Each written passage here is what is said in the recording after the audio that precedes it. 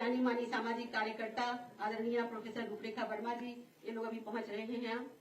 पूर्व एमएलसी आदरणीय डॉक्टर मधु गुप्ता जी, आदरणीय श्रीमती मीरा वर्धन जी, समाजवादी महिला सभा की राष्ट्रीय अध्यक्ष श्रीमती जूही सिंह जी, मूर्ति देवी मालती देवी महिला सम्मान समारोह की समिति की सभी सम्मानित सदस्य, पूर्व एमएलए श्रीमती कांति सिंह, डॉक्टर अलका यदू, डॉक्टर प्रतिभा राज, सुश्री शादिया फक्र और डॉक्टर पूनम उत्तम। और सबसे पहले और सबसे जोरदार स्वागत मैं कर रही हूँ गुरु जी का, उदय प्रताप सिंह जी का, जिनके आशीर्वाद से ही हम सब लोग यहाँ इकट्ठा हुए हैं। आज के इस मुबारक मौके पर सम्मानित होने वाली सभी प्यारी और आदरणीय बहनों और इस समारोह का उत्सव मनाने के लिए यहाँ उपस्थित सभी साथियों, आज अंतर्राष्ट्रीय महिला दिवस के उपलक्ष्य में आयोजित सम्मान समारोह के अवसर पर मूर्ति देवी मालती देवी महिला सम्मान समारोह समिति की ओर से आप सबका हार्दिक स्वागत, अभिनंदन। आज के दिन को मैंने मुबारक दिन कहा तो कई वजहों से। एक तो ये कि हम ये समारोह अंतर्राष्ट्रीय महिला दिवस के उपलक्ष्य में मना रहे हैं, जो हमारे संघर्षों की सफलताओं, हमारी उपलब्धियों का जश्न मनाने और आगे का रास्ता तय करने का दिन है। दूसरी ये कि कल ही हमने समाज को प्यार और भाईचारे, बहनापे का संदेश देने वाला त्योहार ईद मनाया है। सिवैयों की मिठास अब भी जबान पर है। फिर ये समारोह न सिर्फ लोहिया सभागार में हो रहा है, जिसके प्रतीकात्मक अर्थ हैं, बल्कि कल डॉक्टर लोहिया का जन्मदिन भी है। डॉक्टर लोहिया ने महिलाओं के अधिकारों के लिए जबरदस्त लड़ाई लड़ी और समाज जिन खांचों में महिलाओं को कैद रखना अपना कर्तव्य मानता था, उन खांचों को ध्वस्त कर दिया। उन्होंने महिलाओं के विवेक और तर्क शक्ति को सम्मान दिया और कहा कि महिलाएं सावित्री को नहीं, द्रौपदी को अपना आदर्श माने, जो अपने पति से, जो धर्मराज युधिष्ठिर से, उनसे सवाल करती है। एक वाक्य में कहूं तो डॉक्टर लोहिया मनुस्मृति को उल्टा टांग देते हैं। फिर अभी नवरात्र का पावन पर्व भी चल रहा है, तो इन सभी खुशगवार मौकों के बीच आयोजित इस सम्मान समारोह की आप सबको एक बार फिर मुबारकबाद। समारोह की औपचारिक शुरुआत करने से पहले हम अपने मुख्य अतिथि राष्ट्रीय अध्यक्ष माननीय श्री अखिलेश यादव जी और संसद में बेबाक ढंग से जनहित के मुद्दे उठाने वाली माननीय श्रीमती डिंपल यादव जी का स्वागत करना चाहेंगे। आज के इस आयोजन की प्रेरणा हमें समाज के शोषित वंचित तबकों के प्रति आपके सरोकार और सामाजिक न्याय के लिए आपके अथक संघर्ष से ही मिली है। ठीक, तो हम लोग, आप लोग चलें, हमारी समिति के सदस्य और राष्ट्रीय अध्यक्ष जी का स्वागत करें।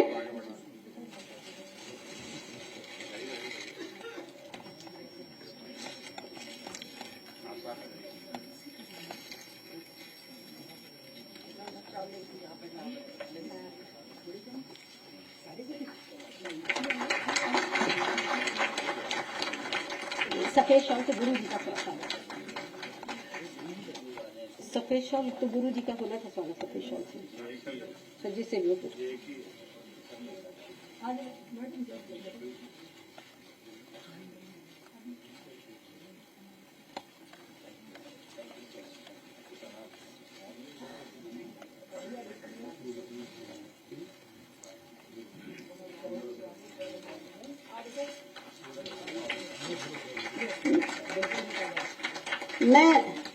मैं कमेटी के सदस्यों से आग्रह करूंगी कि वो गुरु जी को उदय प्रताप सिंह जी का शॉल उड़ाकर स्वागत करें और बुके देकर स्वागत करें।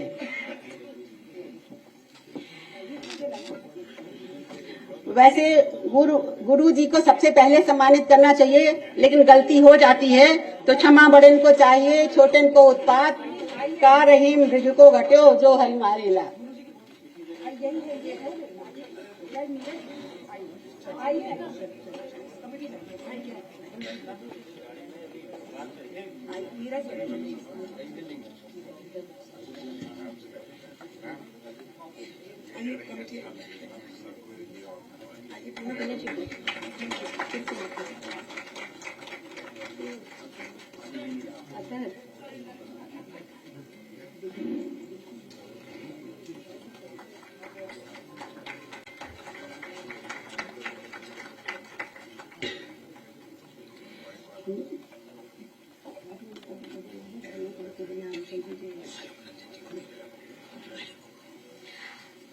अब मैं कमेटी के सदस्यों से आग्रह करूंगी कि वो हमारी समिति के सलाहकार आलोक रंजन जी को बुके देकर सम्मान करें।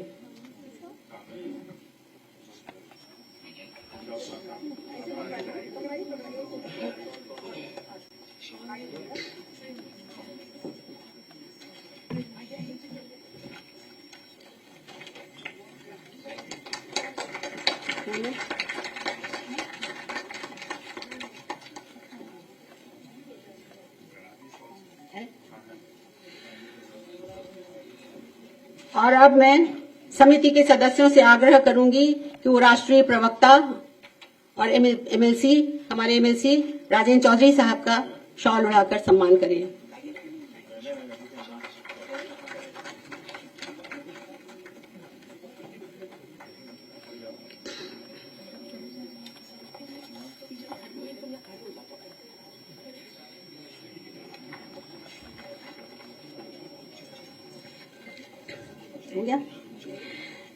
इस सम्मान समारोह का नामकरण हमने ऐसी 2 महिलाओं की स्मृति में किया है जिनके महान लेकिन अप्रत्यक्ष योगदान के कारण हम समाजवादी पार्टी के इस प्रदेश कार्यालय में आज इकट्ठा हैं।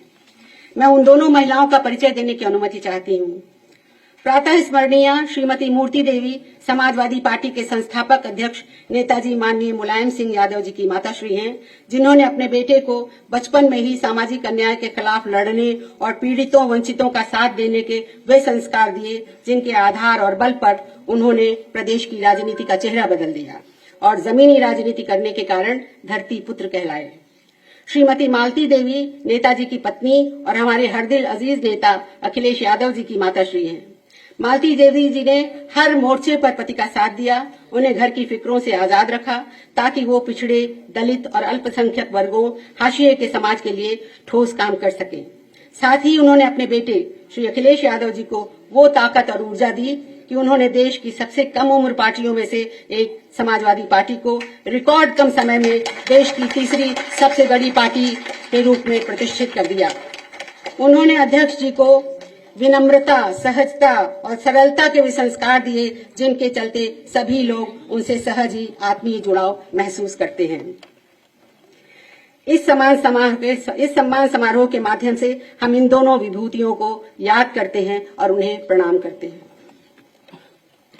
हम सभी श्रेणियों के सम्मान समाज के उपेक्षित हाशिए के समाजों की महिलाओं के नाम पर देना चाहते थे, लेकिन इतने विविध क्षेत्रों में ऐसी महिलाओं के नाम हमें मिल नहीं पाए। यह भी समाज में पिछड़े, दलित और अल्पसंख्यक वर्ग की स्थिति को उजागर करता है। सम्मान समारोह उत्तर प्रदेश केंद्रित है। जिन महिलाओं के नाम पर सम्मान दिया जा रहा है वे अधिकतर उत्तर प्रदेश की हैं और जो सम्मानित हो रही हैं वे भी उत्तर प्रदेश की ही हैं। उत्तर प्रदेश वो प्रदेश है जिसने देश को पहली महिला राज्यपाल, पहली महिला मुख्यमंत्री, पहली महिला प्रधानमंत्री और पहली दलित महिला मुख्यमंत्री दी। लेकिन आज इसी उत्तर प्रदेश में महिलाओं की स्थिति क्या है? इसके सिर्फ 2 उदाहरण काफी हैं। महिला विरोधी अपराधों में उत्तर प्रदेश पूरे देश में अव्वल है और 27,000 प्राथमिक विद्यालयों को बंद करने की साजिशें चल रही हैं, जबकि हाशिए के समाज, पिछड़े, दलित और अल्पसंख्यक वर्गों की बच्चियों की शिक्षा बड़ी संख्या में इन्हीं स्कूलों के भरोसे है। जहां आरक्षण खत्म करने की बात हो रही है, संविधान को हटाकर मनुस्मृति लागू करने की बात हो रही है, साजिशें चल रही हैं, तो ऐसे में हमारा कर्तव्य बनता है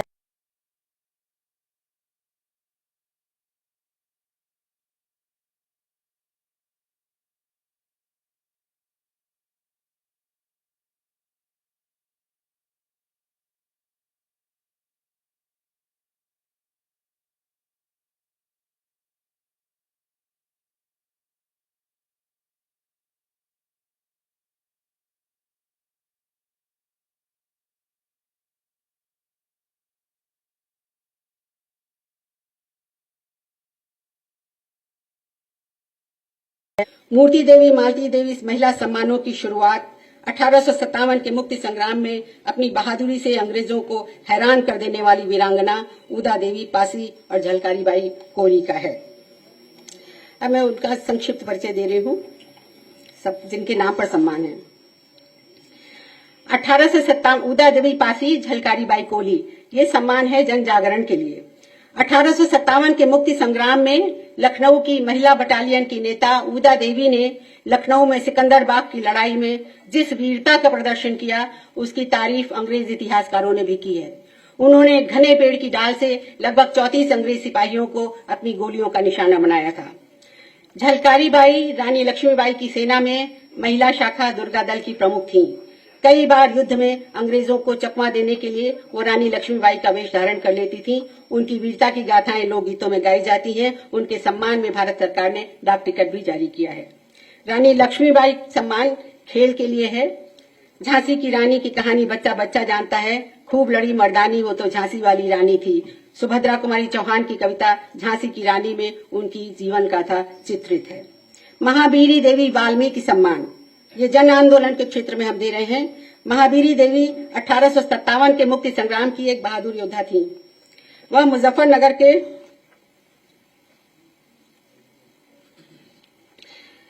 उन्होंने 22 महिलाओं को संगठित कर अंग्रेजी सिपाहियों पर हमला बोला था और लड़ते लड़ते शहीद हो गई थी। इसी तरह से हम बेगम हजरत महल सम्मान दे रहे हैं सांप्रदायिक सौहार्द के लिए। वो भी 1857 के नायिका थी। सावित्रीबाई फुले फातिमा शेख सम्मान शिक्षा के लिए। बहुत बहुत स्वागत है। अब हमारे बीच डिम्पल जी आ गई हैं।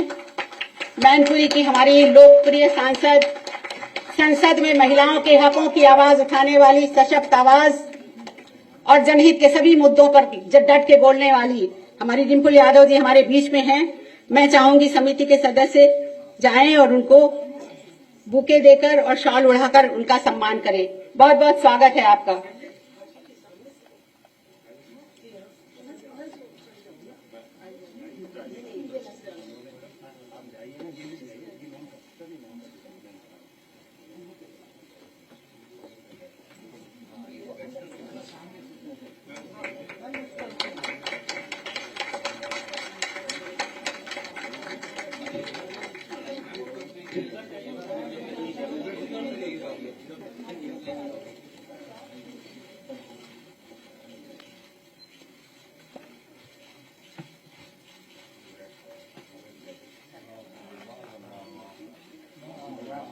बहुत बहुत धन्यवाद आप लोगों को जी। और अब अतहर जी हमारे पूरे प्रोग्राम के कोऑर्डिनेटर और बहुत सफलता के साथ सब काम संपन्न करने वाले अतहर जी ने शॉल पे लाया है। अध्यक्ष जी को आपको बहुत बहुत धन्यवाद।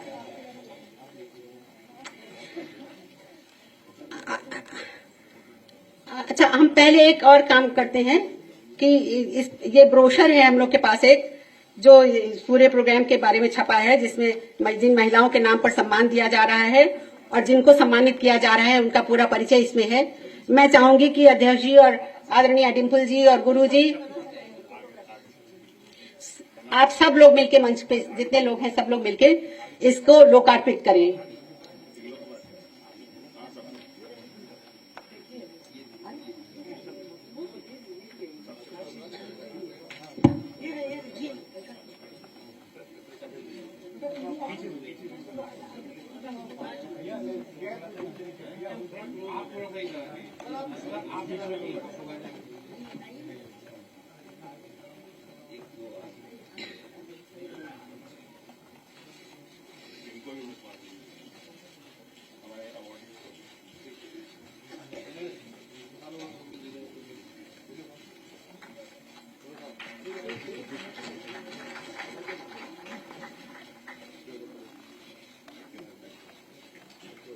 धन्यवाद, बहुत बहुत धन्यवाद।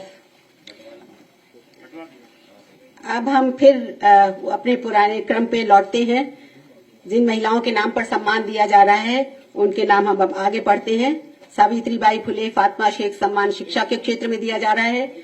इसके बाद है अहिल्याबाई होलकर सम्मान, ये पर्यावरण के लिए दिया जा रहा है। डॉक्टर रमा यादव सम्मान चिकित्सा के लिए है। डॉक्टर सावित्री साहनी सम्मान विज्ञान के क्षेत्र में है।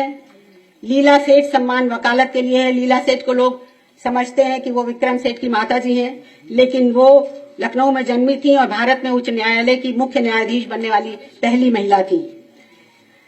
बेगम अख्तर सम्मान हम संगीत के क्षेत्र में दे रहे हैं।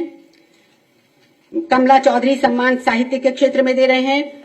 और लखनऊ में 22 फरवरी को जन्मी कमला चौधरी उत्तर प्रदेश से संविधान सभा के निर्वाचित सदस्य थी। ध्यान देने की बात है कि पूरे देश से कुल 15 महिलाएं संविधान सभा में चुनी गई थी, जिसमें से 5 उत्तर प्रदेश से थी। और हमें अपनी इन लोगों का नाम याद नहीं है, तो इसलिए मैंने कमला चौधरी का नाम चुना।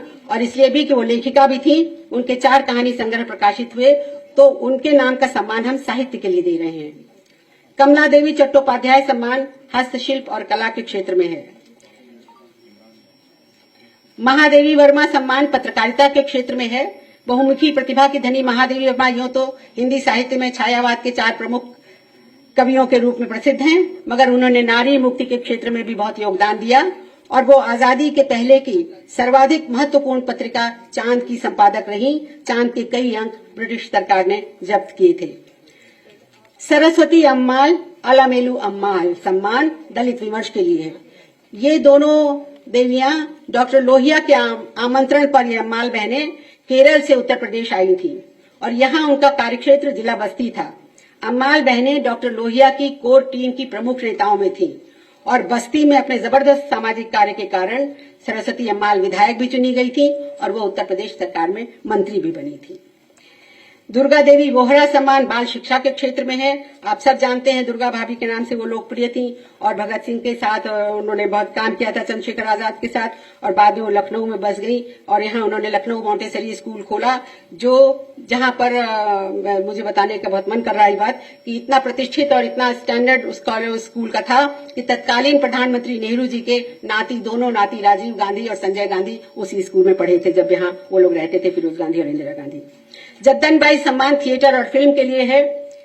भारतीय सिनेमा की अग्रणी कलाकार और सबसे पहली महिला संगीतकारों में से एक जद्दन बाई जी इलाहाबाद में पैदा हुई थी और उन्होंने फिल्मों का निर्देशन भी किया, फिल्म कंपनी भी बनाई। सरोजिनी नायडू आप सब लोग जानते हैं उनको, उनके नाम का सम्मान मानवाधिकार के क्षेत्र में है। इसमें चुगताई सम्मान उर्दू साहित्य के लिए हमने चुना है उनको। बदायूं में वो जन्मी थी और वो उर्दू साहित्य के शिखर साहित्यकारों में है और उनको अपने लेखन के लिए बहुत बार अदालतों का भी सामना करना पड़ा क्योंकि वो बहुत बेबाक लिखती थी।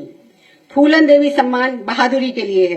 सामाजिक अन्याय के विरुद्ध फूलन देवी का संघर्ष और सांसद बनने तक की उनकी यात्रा महिलाओं, खासकर वंचित पीड़ित वर्ग की महिलाओं के लिए बहादुरी का प्रतीक है और प्रेरणादायक है। गुलाब बाई सम्मान हम लोक नाट्य के क्षेत्र में दे रहे हैं। उनको नौटंकी की रानी कहा जाता था और उन्होंने महिलाओं के रोल पुरुषों द्वारा किए जाने की परंपरा तोड़ी थी। अब मैं उन लोगों के नाम पढ़ूंगी जिन लोगों को आज सम्मानित किया जाना है। झलकारी उदा देवी झलकारी बाई सम्मान, ये सम्मान हम लोग रोशनी जी को दे रहे हैं। रोशनी जी सामाजिक कार्यकर्ता, गायिका एवं लेखिका हैं। पहले हम सब नाम पढ़े देते हैं, फिर उसके बाद सबको सम्मानित कर दिया जाएगा। रानी लक्ष्मीबाई सम्मान पूनम यादव जी को दिया जा रहा है क्रिकेट के लिए। महावीरी देवी वाल्मीकि सम्मान जन आंदोलन के लिए है। ये हम ममता गौतम जी को दे रहे हैं और मैं उनके बारे में खास चीज ये बताना चाहूंगी कि तो वो बड़ी जबरदस्त जन आंदोलनकारी हैं, इधर खड़ी हैं, और वो किसान भी हैं और घरेलू कामगार भी हैं। इस तरह उनको सम्मानित कर हम महिला किसानों और घरेलू कामगार महिलाओं को भी सम्मानित कर रहे हैं उनके माध्यम से। और वो कॉर्पोरेट से लोहा ले रही हैं, अडानी के खिलाफ वो अपनी जमीन बचाने के लिए जो आंदोलन चल रहा है उसका नेतृत्व कर रही हैं। बेगम हजरत महल सम्मान हम सुमन पांडे और बुशरा जी को दे रहे हैं। ये लोग सांप्रदायिक सौहार्द की मिसाल हैं। सावित्रीबाई फुले फातिमा शेख सम्मान शिक्षा के क्षेत्र में है। वो हम 2 लोगों को दे रहे हैं। एक तो है हमारी डॉक्टर रीता चौधरी जो लखनऊ यूनिवर्सिटी में प्रोफेसर हैं और दूसरी हैं कहकशां अरबी जो अपनी लखनऊ पब्लिक कॉलेज में प्रधानाचार्य हैं। अहिल्याबाई होलकर सम्मान पर्यावरण का है। वो डॉक्टर सुनीता यादव को दिया जा रहा है। सुनीता यादव, वो आपके लिए बया का एक कैसेट भी लाई है जिसमें उन्होंने बया का संरक्षण किया है जी। तो वो गौरैया संरक्षण के क्षेत्र में विशेष काम कर रही हैं। डॉक्टर रमा यादव सम्मान चिकित्सा के क्षेत्र में है।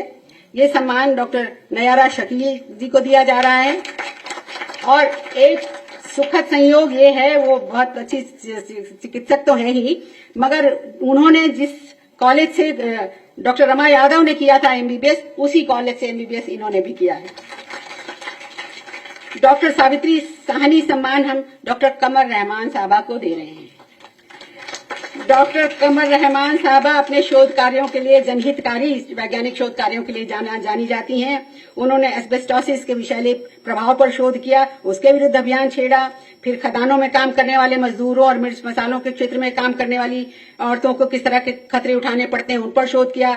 उनकी ओर आकृष्ट कराया ध्यान सरकार का। एक फिल्म भी बनाई है, women and their occupational hazards, और वो लेखिका भी हैं। उन्होंने अपनी आत्मकथा लिखी है उफक, वो हम सब लोग को पढ़ने वाली चीज है। लीला सेठ सम्मान हम वकालत के क्षेत्र में दे रहे हैं।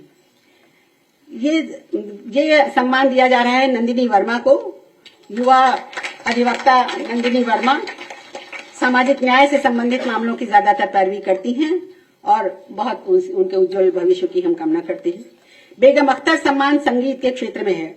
ये सम्मान अनीता गौतम और सुनीता झिंगरन जी को दिया जा रहा है।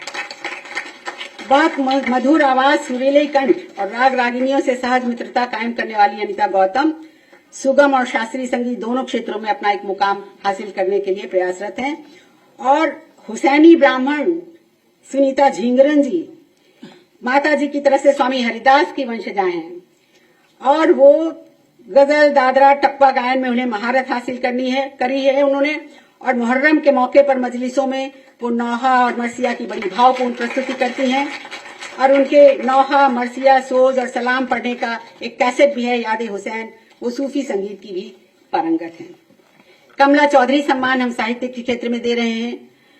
16 सितंबर 1984 को गोरखपुर जिले में जन्मी रेणु यादव गौतम बुद्ध विश्वविद्यालय के भारतीय भाषा एवं साहित्य विभाग में असिस्टेंट प्रोफेसर हैं। हिंदी की संजीदा युवा कवयित्री और लेखिका के रूप में प्रतिष्ठित हैं। कमला देवी चट्टोपाध्याय सम्मान हस्तशिल्प और कला के क्षेत्र में है। लखनऊ निवासी रिजवाना, कहाँ है रिजवाना जी? रिजवाना 35 सालों से चिकनकारी के काम में जुड़ी हैं। खदरा की तंग गलियों में रहने वाली रिजवाना की खूबसूरत चिकनकारी शोरूमों की शोभा बढ़ाती है, लेकिन उन्होंने अब तक सैकड़ों महिलाओं को चिकनकारी के काम में निपुण बनाया है। उर्दू कला में कैलीग्राफी, आप सब जानते हैं, एक महत्वपूर्ण और सुंदर अभिव्यक्ति का रूप है बच्चों। तो ये सम्मान हम रिजवाना, अक्षा और अलशिफा को दे रहे हैं। और अक्षा और अलशिफा ने इस कला में अपनी पहचान बहुत अच्छी बनाई है। फिरोजाबाद के आर्थिक रूप से कमजोर परिवार से आने के बावजूद ये दोनों लड़कियां इस कला में उत्कृष्टता प्राप्त कर रही हैं और इनकी कहानी अन्य लड़कियों के लिए प्रेरणा स्रोत है जो अपने सपनों को पूरा करने के लिए संघर्ष कर रही हैं। महादेवी वर्मा सम्मान पत्रकारिता के क्षेत्र में है। ये सम्मान हम डॉक्टर माधुरी काकोटी और अजीज काबिश लेनिन को दे रहे हैं। डॉक्टर माधुरी काकोटी पिछले 5 वर्षों से उत्पीड़न, भेदभाव और सांप्रदायिक घृणा के विरुद्ध लगातार मुखर आवाज उठा रही हैं। उन्हें FIR, राजद्रोह जैसे आरोपों और प्रशासनिक दबावों का सामना भी करना पड़ा, किंतु उन्होंने अभिव्यक्ति की स्वतंत्रता और नागरिक अधिकारों के पक्ष में अपनी प्रतिबद्धता बनाए रखी है। अजीज काबिश लेनिन 9 वर्षों से अधिक का अनुभव है, जानी मानी पत्रकार है वो। और इनका मिडिल नेम मुझे बहुत आकर्षक लगता है, काबिश, जिसके मतलब है जिज्ञासा, खोज, तलाश। तो वो अपने इसी नाम के अनुरूप अपने काम में लगी है, खोजी पत्रकारिता में। और 5 ककार, क्या, कब, क्यों, कौन, कहाँ का जवाब लगातार ढूंढने में लगी रहती है। सरस्वती अम्माल, अलामेलू अम्माल सम्मान दलित विमर्श के लिए है। इस सम्मान से हम डॉक्टर प्रियंका सोनकर को अलंकृत कर रहे हैं। मऊ जिले में जन्मी डॉक्टर प्रियंका सोनकर का शोध विषय हिंदी दलित साहित्य में दलित नारीवाद था। दलित स्त्री विमर्श पर आपका काम मील का पत्थर है। प्रियंका स्त्री विमर्श पर इतना महत्वपूर्ण काम करने वाली पहली और फिलहाल अकेली महिला हैं। उनकी पुस्तक दलित स्त्री विमर्श, सृजन और संघर्ष को समीक्षकों की भरपूर सराहना मिली है। बाल शिक्षा के क्षेत्र में हमने ये सम्मान सुनैना देवी जी को दिया है। सुनैना देवी जी की कहानी बहुत अलग है। मुसहर समाज की है वो, जो दलितों में दलित समाज है।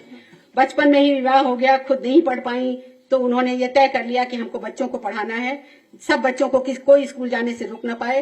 और उनकी प्रेरणा से पृथ्वीपुर में मुसहर समुदाय के सैकड़ों बच्चे अब तक स्कूली शिक्षा प्राप्त कर चुके हैं। राह आसान नहीं थी, हिंसा का सामना करना पड़ा, मारपीट का सामना करना पड़ा, लेकिन अब उनकी ये ताकत है कि एक आवाज में उनकी हजारों महिलाएं इकट्ठा हो जाती हैं। जद्दन बाई सम्मान थिएटर और फिल्म के क्षेत्र में है। इस सम्मान से हम अर्चना आर्य को अलंकृत कर रहे हैं। लगातार 18 वर्षों से रंगकर्म में सक्रिय अर्चना आर्य अब तक लगभग 25 नाटकों में अभिनय कर चुकी हैं। निर्देशन भी किया है उन्होंने, शीर्षस्थ नाट्य निर्देशकों के साथ काम किया है और बहुत मशहूर नाटकों में अभिनय कर उन्होंने पूरे देश में अपनी पहचान बनाई है। मानवाधिकार के लिए सरोजिनी नायडू सम्मान से हम शहनाज सिद्दीकी साहबा को अलंकृत कर रहे हैं। हाशिए के सामाजिक आर्थिक समूहों के प्रति गहरी संवेदना और सहानुभूति से लबरेज प्रतिभाशाली अधिवक्ता शहनाज सिद्दीकी मानवाधिकार के लिए कानूनी और संवैधानिक तरीके से संघर्ष के लिए जानी जाती हैं। सीएए और एनआरसी के विरुद्ध चले आंदोलन के दौरान पुलिस की ज्यादतियों के शिकार, निर्दोष और झूठे आरोपों में गिरफ्तार नागरिकों को जमानत दिलाने में शहनाज ने अपनी कानूनी दक्षता और तार्किक क्षमता का शानदार प्रदर्शन किया था। इस्मत चुगताई सम्मान हम उर्दू साहित्य के लिए डॉक्टर सबीहा अनवर को दे रहे हैं। उर्दू भाषा के मशहूर छापे खाने नामी प्रेस से ताल्लुक रखने वाली उर्दू के प्रख्यात साहित्यकार doctor Sabiha Anwar Karamat Hussain Muslim girls post graduate college के प्रिंसिपल रही हैं। उनके उर्दू कहानियों के कई संग्रह ख्वाब दर ख्वाब, वर्क वर्क जिंदगी, आते जाते मौसम और तुर्की का सफरनामा और देखा हमने इस्तांबुल बहुत चर्चित रहे हैं और इनकी किताबों के कई भारतीय भाषाओं में अनुवाद हुए हैं। फूलन देवी सम्मान बहादुरी के लिए है। ये हम लोग रीमा गौतम जी को दे रहे हैं। रीमा गौतम जी ने अपनी बहादुरी में तेंदुए से लड़ के अपनी बच्ची को बचाया था इन्होंने, और उसमें इनके एक आंख भी देखे बाहर आ गई थी। तो ये इतनी बहादुर महिलाएं हैं, इनको हम फूलन देवी सम्मान से सम्मानित करते हैं। गुलाब बाई सम्मान लोक नाट्य के क्षेत्र में है। पद्मश्री सम्मान से सम्मानित गुलाब बाई की प्रतिभाशाली बेटी मधु अग्रवाल जाना तो चाहती थी एकेडमिक क्षेत्र में, लेकिन वो नौटंकी में आई और जो प्यार उनको वहां मिला उससे वही रह गई। और वो सिर्फ परंपरागत नौटंकी ही नहीं करती हैं, उनकी नौटंकी वर्तमान यथार्थ की चुनौतियों से भी जूझती है।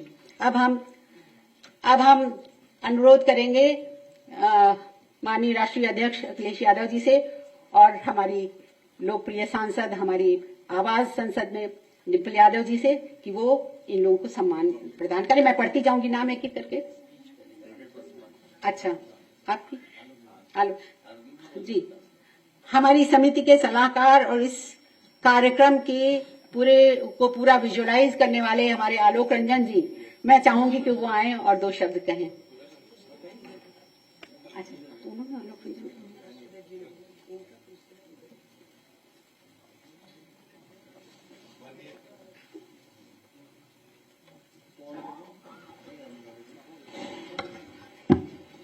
माननीय राष्ट्रीय अध्यक्ष सांसद श्री अखिलेश यादव जी, माननीय सांसद डिम्पल यादव जी, आदरणीय श्री उदय प्रताप सिंह जी, मंच पे उपस्थित सभी प्रतिष्ठित नागरिकगण और इस सभागार में सभी उपस्थित लोग, ये बड़े हर्ष का विषय है कि आज ये महिलाओं को राष्ट्रीय अध्यक्ष जी ने निर्णय लिया कि उनको सम्मानित किया जाए, जिन लोगों ने अलग अलग क्षेत्र में अपना उत्कृष्ट योगदान दिया है। तो आपने देखा ही होगा, अभी पढ़ के सुनाया गया है कि किस किस नाम से इनाम दिया जा रहा है। वो भी बहुत ही मशहूर और ऐसे लोग रहे हैं जो ऐतिहासिक रही हैं महिलाएं, उनके नाम से इनाम दिया जा रहा है और उन लोगों को दिया जा रहा है जिन्होंने पिछले कुछ वर्षों में बहुत अधिक कंट्रीब्यूट किया है सोसाइटी के लिए और महिलाओं के विकास के क्षेत्र के लिए।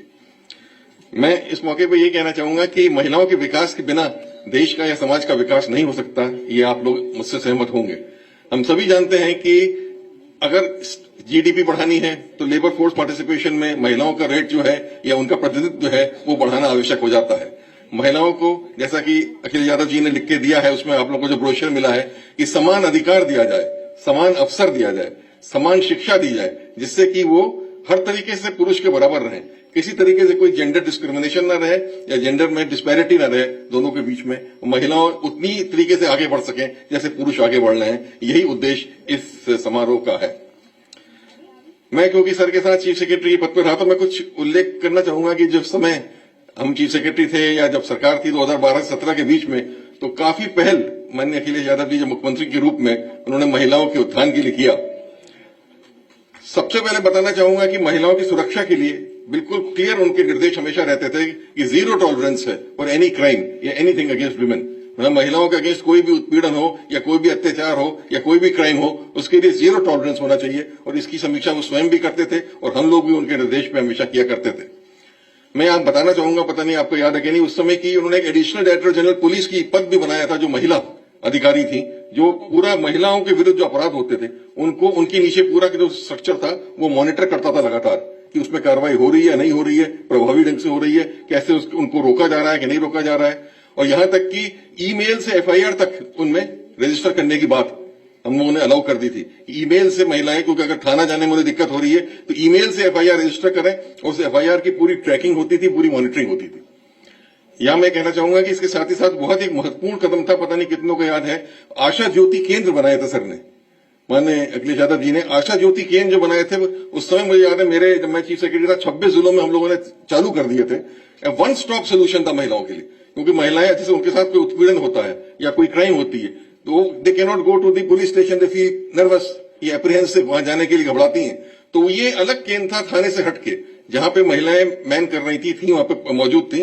महिला जाएगी, उसका उत्पीड़न हुआ या कोई भी जो उसके साथ कार्रवाई हुई है उसकी शिकायत लिखाएगी, एफआईआर दर्ज होगी, उसकी जांच शुरू होगी, मेडिकल एग्जामिनेशन होगा, साइकोलॉजिकल काउंसलिंग होगी और यही नहीं उसको पुनर्स्थापित करने के लिए उसको पूरी कार्रवाई भी की जाएगी। ये आशा ज्योति केंद्र एक बड़ा भारी पहल सर के निर्देश पे हम लोगों ने उस समय किया था। एक 1090 तो आप लोग भूल ही नहीं सकते, मैं समझता हूं बहुत बड़ी पहल सर के निर्देश पे की गई थी टेक्नोलॉजी की। और मुझे याद है कि 1090 से महिलाओं को जो कॉल आती थी मोबाइल से, जो उनको मतलब अश्लील कॉल आती थी या धमकाने वाली कॉल आती थी, वो तुरंत कंप्लेन करती थी और महिलाएं 1090 में बैठी रहती थी, तुरंत कार्रवाई होती थी, विद इन अ डे कार्रवाई होकर उनको पूछा जाता था। और वो बाद में पूछा भी जाता था महिला से कि क्या आप संतुष्ट हैं कि जो कार्रवाई हुई। तो मुझे व्यक्तिगत रूप से ये आंकड़ा याद है कि मेरे टाइम पर भी 7 लाख शिकायतें आई थी और 7 लाख शिकायतें में से 98% सेटिस्फैक्शन रेट था। तो महिलाओं ने बताया 98%, और उन्होंने बहुत धन्यवाद भी दिया था माननीय अखिलेश यादव जी को कि आपने ऐसी व्यवस्था कर दी कि हम लोग जो मोबाइल से इस तरीके से हमें परेशान किया जाता था वो स्थिति जो है समाप्त हो गई। डायल 100 भी सामने जो आया उसमें भी मोर देन 50% शिकायतें जो है ऐसी रही जो महिलाओं के विरुद्ध क्राइम या अत्याचार या पीड़ित करने की बात रही, और उस पर भी 10 से 15 मिनट में पुलिस पहुंच जाए और कार्रवाई करे। ये भी अनूठा प्रयोग सर के निर्देश पे हुआ। ये आप ध्यान रखेंगे कि 911 तो यूएसए में था, उससे भी ये बेहतर है क्योंकि यहाँ की आबादी 25 करोड़ की थी। इतना बड़ा पुलिस सर्वेलेंस सिस्टम कहीं भी पूरे विश्व में कहीं नहीं है जितना उत्तर प्रदेश में डायल 100 के रूप में सर के निर्देश में हम लोगों ने लागू कराया था। ये तो सिक्योरिटी और इसकी बात रही, पर विकास के जहां क्षेत्र में जाते हैं वहां भी ये हमारी जो समाजवादी पेंशन योजना थी, जैसे महिला समृद्धि योजना भी आप कह सकते हैं, या मुख्यमंत्री समाजवादी पेंशन योजना थी, उसमें महिलाओं को 500 रुपए पर मंथ हम लोग देते थे और वो पहली तारीख को सीधे एक बटन दबा के उनके अकाउंट में मनी ट्रांसफर हो जाता था। कहीं पैसा कहीं और नहीं जाता था, परिवार की मुखिया को महिला को मानते थे हम लोग और महिला के अकाउंट में वो पैसा स्थानांतरित किया जाता था।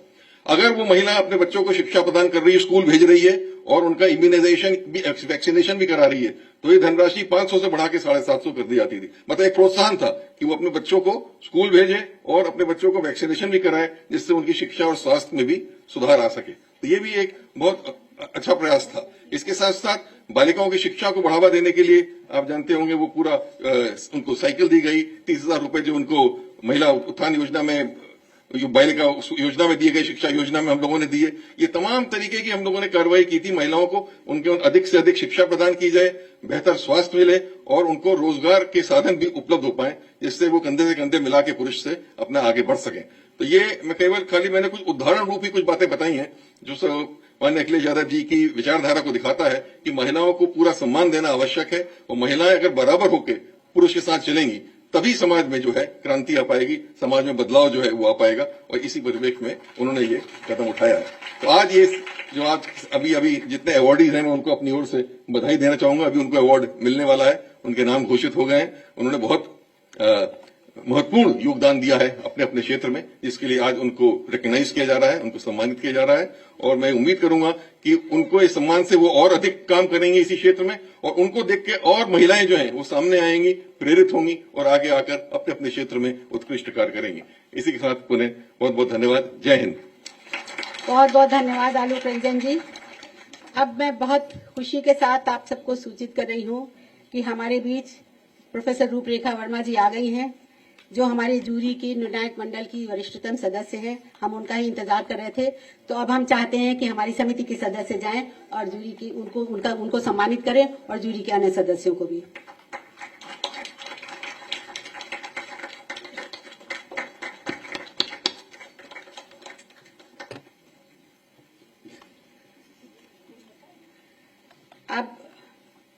डॉक्टर मधु गुप्ता जी को,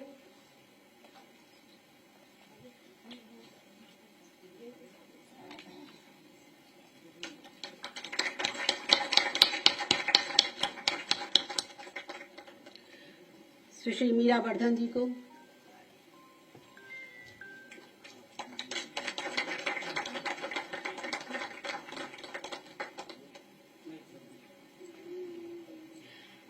अब मैं प्रोफेसर रूपरेखा वर्मा जी से आग्रह करूंगी कि वो 2 शब्द कहें। रूपरेखा जी हमेशा महिलाओं के अधिकारों के लिए, मानवाधिकारों के लिए सड़क से लेकर विचार गोष्ठियों तक हर जगह सक्रिय रहती हैं।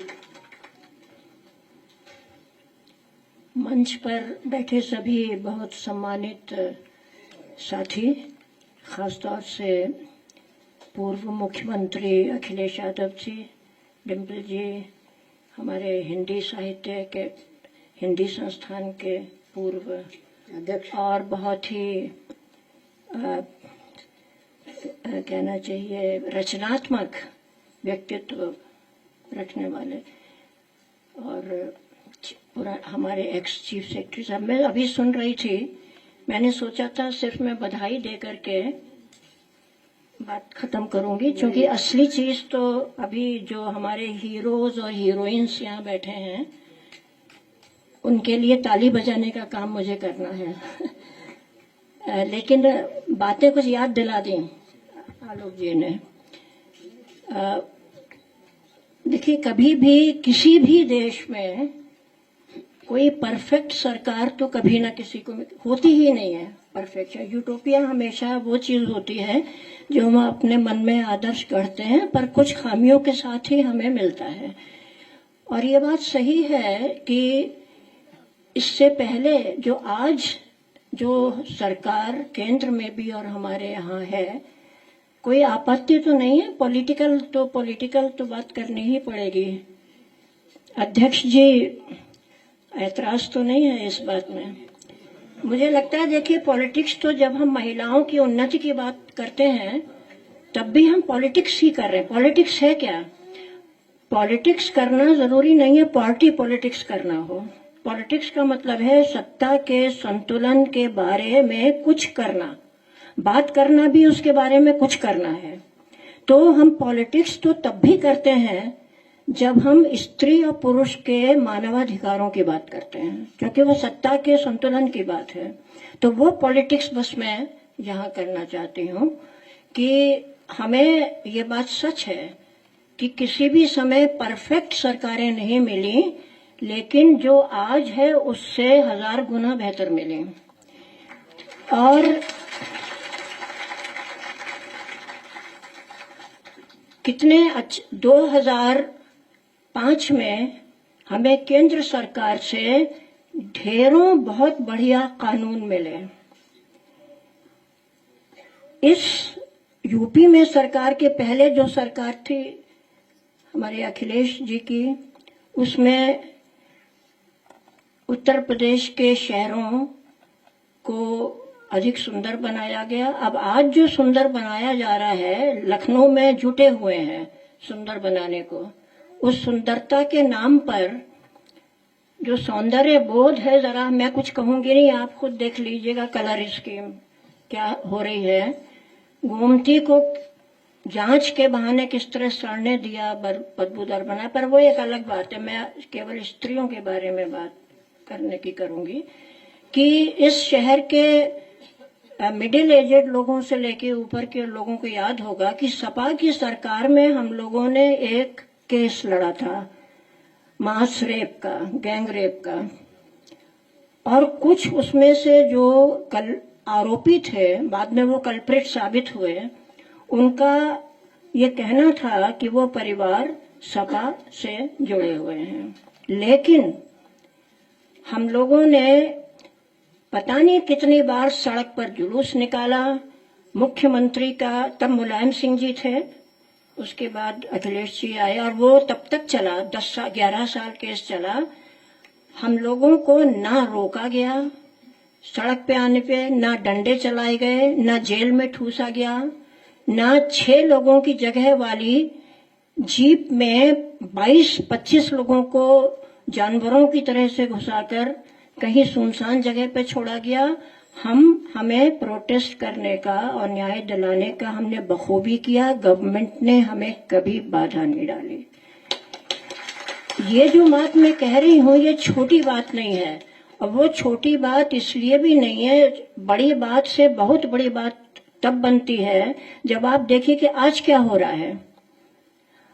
आज हम कुछ महिलाओं को सम्मान देने तो नहीं बल्कि उनको यहाँ पर बुला करके अपना नमन करना चाह रहे हैं, और हम सम्मानित होना चाह रहे हैं। शायद यही बात वंदना जी भी कहना चाहेंगी। तो हम महिलाओं के बारे में अगर आज देखें कि क्या हो रहा है, एक तो ये कि किया तो कुछ भी नहीं है पॉजिटिव। बस जिसको कहते हैं, एक जो कहावत चली आ रही है कि पुरानी शराब नई बोतल में कहते हैं, या नई शराब पुरानी बोतल में, मैं तो कहावत भी भूल गई। पुरानी नई बोतल में। तो पुरानी नई बोतल में तो वैसे पुरानी अच्छी मानी जाती है, बिना पिए मैं जानती हूँ कि ये कहा माना जाता है। शायद कहा यही जाता है कि जितनी पुरानी उतनी अच्छी। तो वही देखिए, यहाँ पर एक जो नंबर था कि आप क्राइसिस में आप करिए और पुलिस दौड़ी चली आएगी, बस नंबर बदल दिया है। इसलिए कि पहले वाली कोई चीज नहीं, जैसे कि पार्लियामेंट है अब वो विस्टा हो गई है, आपने बिल्डिंग बदल दी, आपने उसका नाम बदल दिया। प्रधानमंत्री के घर का एक नया नाम, वो क्या लोक तीर्थ या पता नहीं क्या क्या, उसको जन सेवा, ये कुछ कर दिया आपने। तो किया नया कुछ भी नहीं सिवाय बिल्डिंग बनाने के। बिल्डिंग बनाना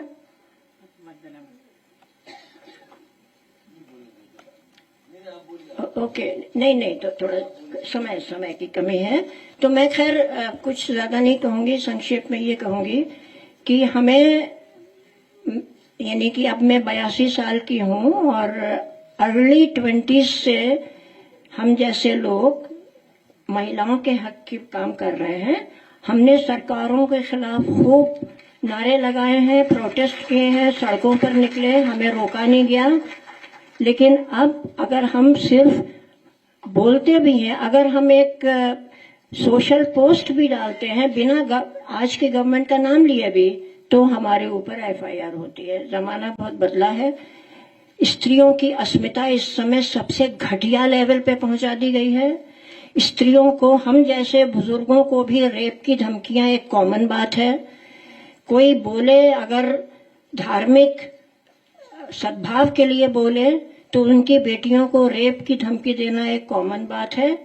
बातें बहुत सी हैं, लेकिन चूंकि समय वक्त कम है, मेरे पास पर्ची आ चुकी है, तो मैं सिर्फ ये कहूंगी कि हम महिलाओं की जो इस समय सबसे ज्यादा उनकी अस्मिता पर प्रहार आज के समय है।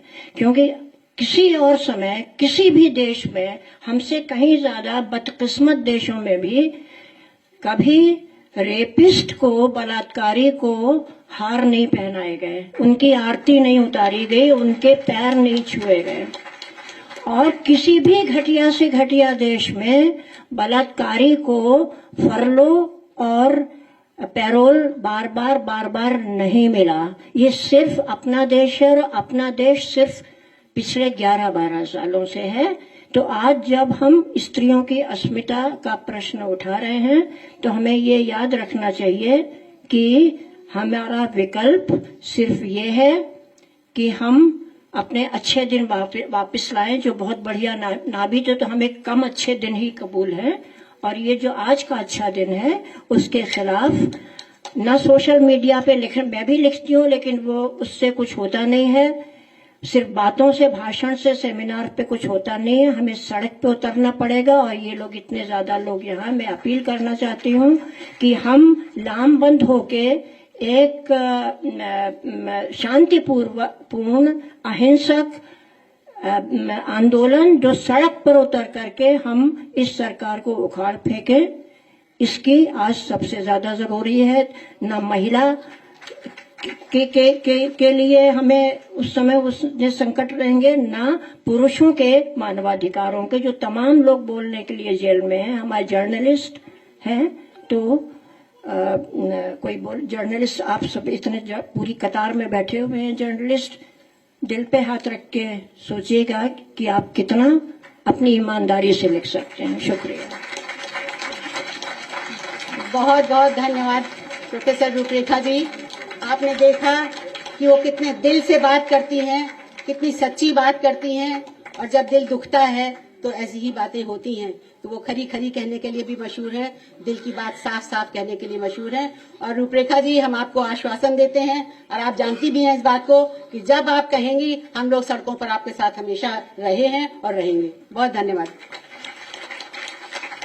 अब मैं अनुरोध करूंगी डॉक्टर कमर रहमान साहबा से कि वो 2 शब्द कह के हमें इनलाइटन करें।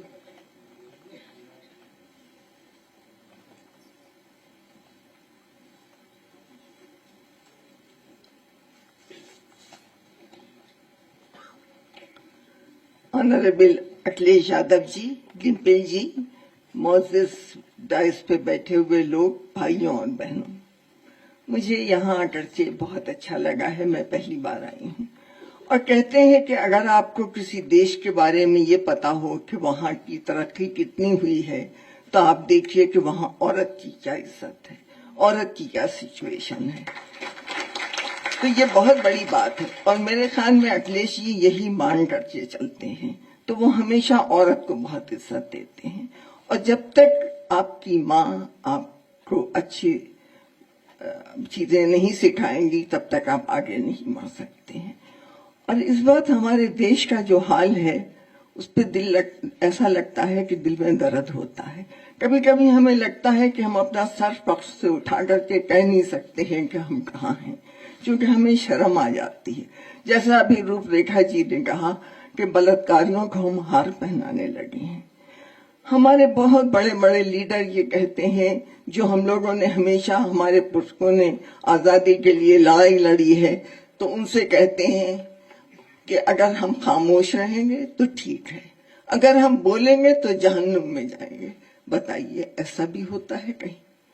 मैं ज्यादा नहीं बोलूंगी, मैं एक शेर से अपनी बात खत्म करती हूँ, जो अखिलेश जी के लिए है। गुलों में रंग भरे बाद नौ बहार चले, चले भी आओ कि गुलशन का कारोबार चले। तो हम ये चाहेंगे कि काश वो फिर से लौट आए, ताकि इस गुलशन का, जो लखनऊ का मशहूर तहजीब पूरी दुनिया में मशहूर है, उसका कारोबार जो है वो अच्छा चले, खूबसूरत चले, वहाँ की औरत आगे बढ़े जिस तरह से वो औरतों को इज्जत देते हैं। बहुत बहुत शुक्रिया। बहुत बहुत धन्यवाद डॉक्टर साहब। और मैं आपकी बातों के लिए सिर्फ यही कहूंगी, आमीन। अब मैं बहुत आदर और एहतराम के साथ, एक मिनट, अब बाद में मैं बहुत आदर और एहतराम के साथ गुरुजी, गुरुदेव, गुरुवर उदय प्रताप सिंह जी को आमंत्रित करती हूँ कि वो मंच पर आए, वहीं पर बैठे बैठे अपनी बात कहें, आशीर्वचन। उनकी बातें हम लोग के लिए हमेशा बहुत प्रेरणादायक होती हैं, उनकी कविताएं हम लोग के लिए बहुत प्रेरणादायक होती हैं, और हम में से ज्यादातर को उनकी कविताएं कंठस्थ रहती हैं। बहुत बहुत धन्यवाद। आप बोलें और जितनी देर चाहें उतनी देर। बहुत धन्यवाद आदरणीय वंदना मिश्रा जी। मैं बहुत देर नहीं बोलूंगा, क्योंकि मैं देख चुका हूं कि समय की कमी है और मैं अनुभव करता हूं, लेकिन कुछ बातें बहुत जरूरी मुझे कहनी है। आदरणीय अध्यक्ष जी, हमारी समाजवादी पार्टी के आदरणीय डिम्पल जी, जो मैनपुरी से, वहां से एमपी है जहां से मैं भी रह चुका हूं, तो ये मैं बड़ा, आज मुझे अनुभव अच्छा हो रहा है। आलोक रंजन जी और अख्तर साहब और जो भी रूपरेखा वर्मा जी जो अभी बोल रही थी, और वो अपनी उम्र बता रही थी, मैं अपनी उम्र बताऊंगा तो बहुत मुश्किल पड़ जाएगा, तो इसलिए मैं नहीं कह रहा। लेकिन एक बात कहना चाहता हूं कि मैं समाजवादी पार्टी से बहुत गहराई से और बहुत दिनों से जुड़ा हुआ हूं।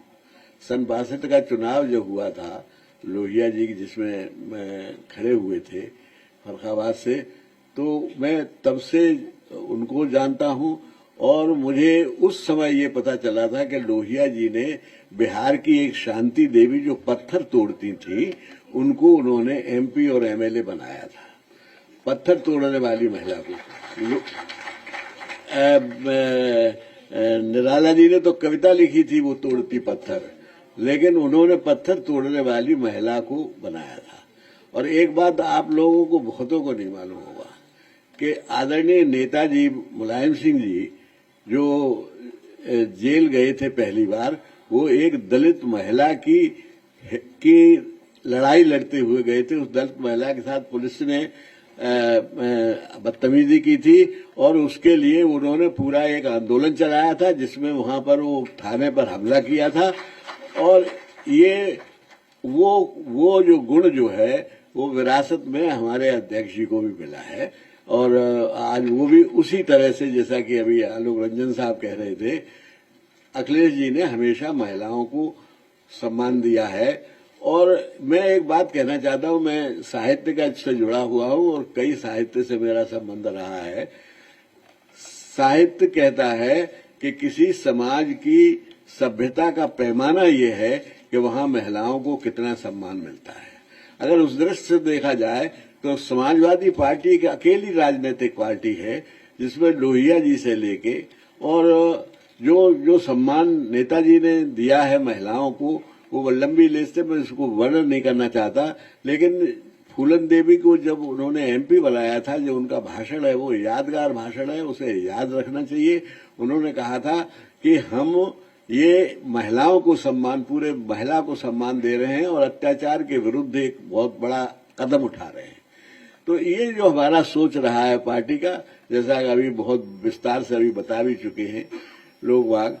और जो मैं एक बात कहना चाहता हूं, मैं सौभाग्यशाली हूं कि जिन दो महान महिलाओं के नाम से ये पुरस्कार दिया जा रहा है उनको दोनों को मैंने दर्शन किए हैं, देखा है और हुआ है। तो ये मैं अपने को बड़ा सौभाग्यशाली मानता हूं और अखिलेश जी का बहुत बहुत आभार प्रकट करता हूं कि उन्होंने मुझे मौका दिया कि इस शानदार और सुव्यवस्थित प्रोग्राम में आने का मुझे मौका मिला, बोलने का मौका मिला। मैं अब जिन लोगों को पुरस्कार दिया जा रहा है या देने की घोषणा हुई है उन सबको बधाई देता हूं और उस टीम को बहुत बधाई देता हूं जिस टीम ने उनको उनका जो सिलेक्शन किया है, उन्हें चुना है। अब इन्हीं शब्दों के साथ मैं एक बार फिर कहता हूं कि अगर जहां महिलाओं ने चाहा है वहां पर बहुत बड़े काम हो जाते हैं। अकेली एक द्रौपदी ने महाभारत करा दिया था और पूरा वो बदल दिया था। इसीलिए लोहिया जी कहते थे कि द्रौपदी को अपना आदर्श मानो। इन्हीं शब्दों के साथ मैं अपनी बात समाप्त करते हुए मैं एक बार फिर उन्हें बधाई देता हूं और इस टीम को बहुत बहुत धन्यवाद देता हूं। नमस्कार। बहुत बहुत धन्यवाद गुरुजी।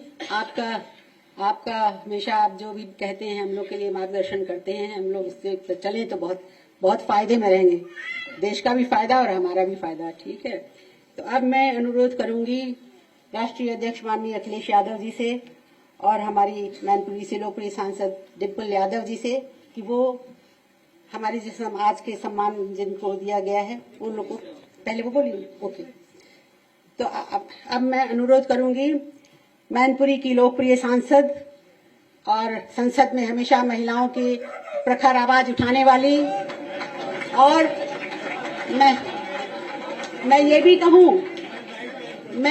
कहूं कि सिर्फ महिलाओं की आवाज नहीं, जेंडर इस बार बजटिंग पे जो लोग बजट पर जिन्होंने उनका भाषण सुना होगा उसमें उन्होंने देखा होगा कि जेंडर बजटिंग पर भी उन्होंने किस तरह से सरकार को खींचा और उसकी आलोचना की। तो मैं बहुत बहुत आदर के साथ आदरणीय डिम्पल जी को आमंत्रित करती हूँ कि वो अपनी बात कहें। आदरणीय राष्ट्रीय अध्यक्ष समाजवादी पार्टी अखिलेश यादव जी, इस कार्यक्रम के संयोजक श्रीमती वंदना मिश्रा जी, श्रीमती मधु गुप्ता जी, मीरा वर्धन जी, श्रीमती कांति सिंह जी, श्रीमती रूपरेखा जी, सभी सदस्य, डॉक्टर अलका यदू जी, डॉक्टर प्रतिमा राज जी, डॉक्टर शाजिया फखर जी, डॉक्टर पूनम उत्तम जी, श्री आलोक रंजन जी, जो सदस्य हैं इस कमेटी के, और सभी अतिथि जो आज यहाँ उपस्थित हैं, हमारे आदरणीय श्री उदय प्रताप जी, हमारी महिला सभा की अध्यक्ष जूही सिंह जी, रिबू श्रीवास्तव जी, रेखा वर्मा जी जो आज यहाँ पे आई हैं, और डॉक्टर कमल जी, मंच पर उपस्थित सभी सम्मानित महिलाएं जिनको आज पुरस्कार दिया जा रहा है, सभी हमारे समाजवादी पार्टी के महिला नेता जो आज यहाँ उपस्थित हैं मेरे सामने, और सभी हमारे पत्रकार बंधुओं, आज का जो ये मूर्ति देवी मालती देवी महिला सम्मान समारोह का जो अवार्ड्स दिए जा रहे हैं, सबसे पहले तो मैं चाहूंगी कि हम सभी जोरदार तालियों से सभी हमारी सम्मानित महिलाओं का स्वागत करें।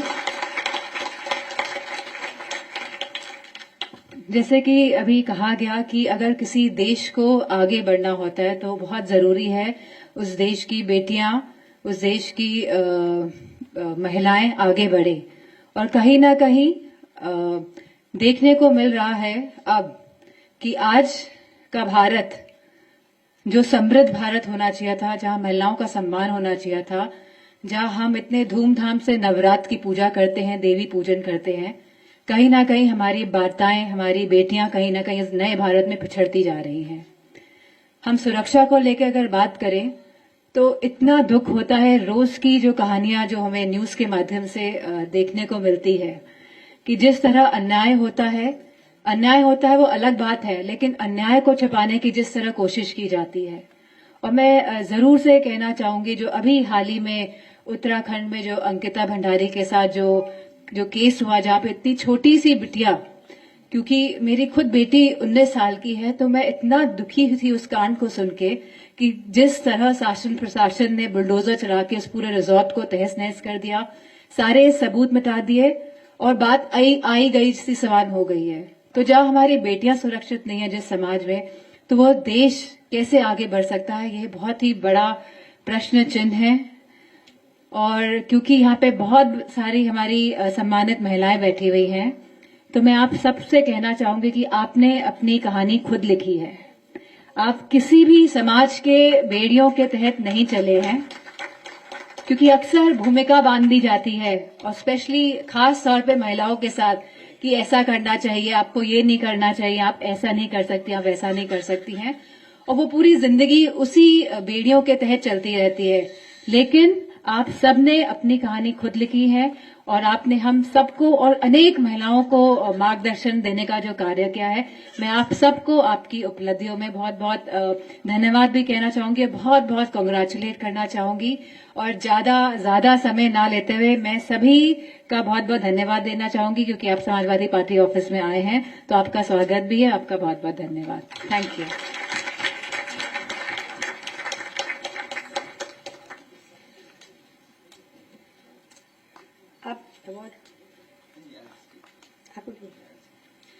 अब मैं समाजवादी पार्टी के राष्ट्रीय अध्यक्ष, पूर्व मुख्यमंत्री उत्तर प्रदेश और सबके दिलों पर राज करने वाले माननीय अखिलेश यादव जी से अनुरोध करूंगी कि वो आए और जनता सबको संबोधित करें। मैं सबसे पहले महिला सम्मान समारोह की समिति के अध्यक्ष सुश्री आदरणीय वंदना मिश्रा जी को मैं बहुत बहुत धन्यवाद और आभार प्रकट करना चाहता हूं। साथ ही साथ उनके साथ जिन लोगों ने महत्वपूर्ण समय देकर के योगदान दिया है,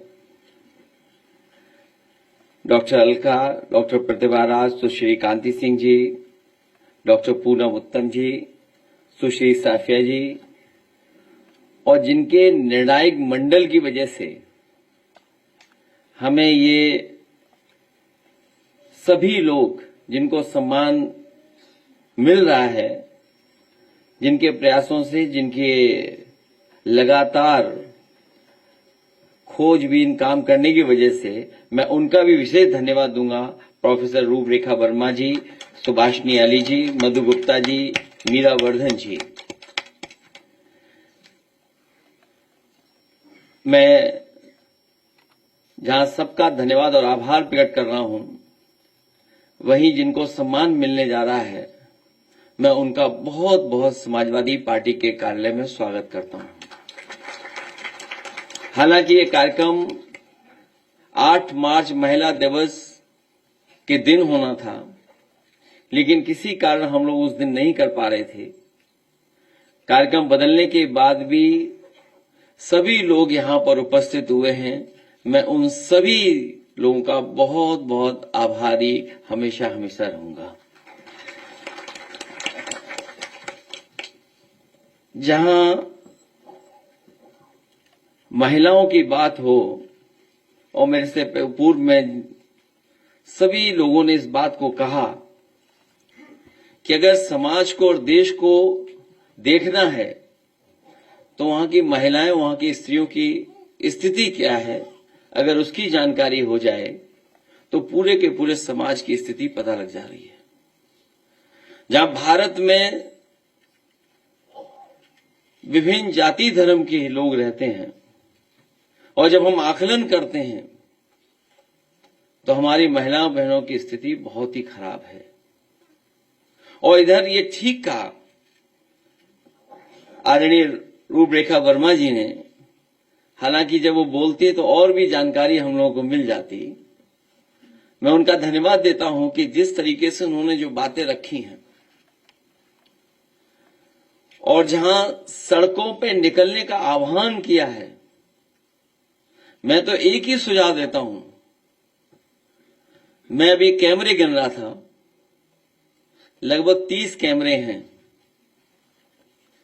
अगर ये चालू हो जाएं, अपनी जिम्मेदारी निभाने लगे, तो अपने आप सत्ता परिवर्तन हो जाएगा, किसी को सड़क पर निकलने की जरूरत नहीं पड़ेगी।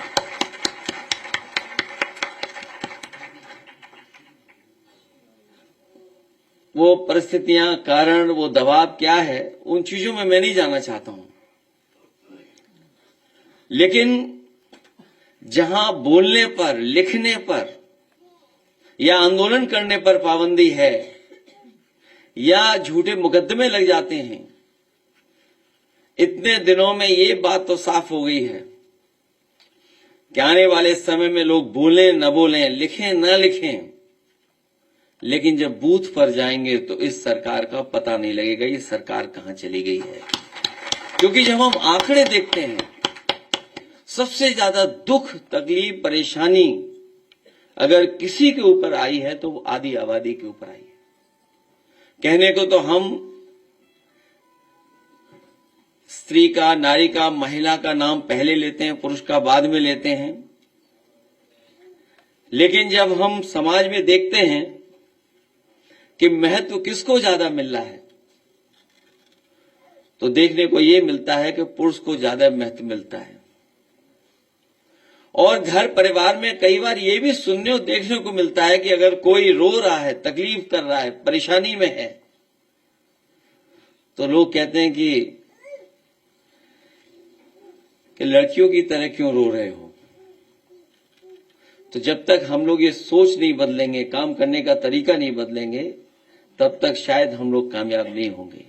एक मकसद हम लोगों का ये भी रहा इस कार्यक्रम के माध्यम से कि हम भरोसा दिलाना चाहते हैं कि आने वाले समय में जिस तरीके से पहले हम लोगों ने काम किया, महिलाओं की सुरक्षा के लिए, महिलाओं के स्वास्थ्य को लेकर के, महिलाओं के सम्मान के लिए, महिलाओं की समृद्धि के लिए, आने वाले समय में जब कभी भी समाजवादियों को मौका मिलेगा, पुनः हम लोग उन योजनाओं को और अच्छी तरीके से चला करके अपनी आबादी को न केवल सम्मान दिलाएंगे, बल्कि समृद्धि और संपन्न बनाने के लिए भी आगे बढ़ने का काम करेंगे। जैसा पूर्व में कहा कि एम्बुलेंस, अस्पताल और 1090 वो महत्वपूर्ण योजनाएं थी। मुझे याद है कि जब 1090 की शुरुआत हुई थी तो बहुत लोग कंफ्यूज थे कि आखिरकार 1090 कितनी मदद कर पाएगी। लेकिन मुझे खुशी है इस बात की कि जब 1090 के माध्यम से बेटियों, महिलाओं और नारियों की सुरक्षा को लेकर के उनकी मदद करने का काम शुरू हुआ, और उसके जब आंकड़े और जब उसकी चीजें बाहर आई अखबार और प्रेस के माध्यम से, तो मुझे याद है उस समय सुप्रीम कोर्ट ने भी तारीफ की थी और कहा था कि ये योजना जो चली है उत्तर प्रदेश समाजवादी सरकार में चल रही है, अन्य प्रदेशों को भी सीखना चाहिए कि 1090 के माध्यम से कितनी मदद हो रही है, कितनी सुरक्षा मिल रही है। और उसके बाद क्योंकि बहुत सारी घटनाओं में पुलिस का लोग इंतजार करते थे, थाने जाएं तो शायद वो बात नहीं सुनी जाती थी, और अगर थाने में पहुंच भी गए तो कई बार पुलिस का व्यवहार बहुत खराब होता था।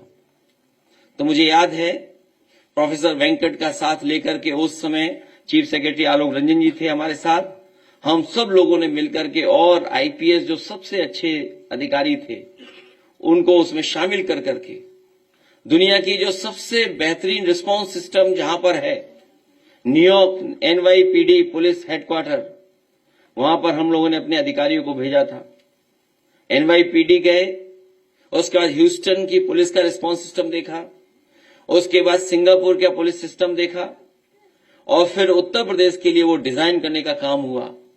और उस समय देश में सबसे बेहतर रिस्पांस सिस्टम अगर पुलिस को किसी ने दिया था और कई हजार गाड़ी देकर के पुलिस को मजबूत बनाने का काम किया था, तो समाजवादी पार्टी ने, जो डायल 100 के नाम पर आज भी देश में सब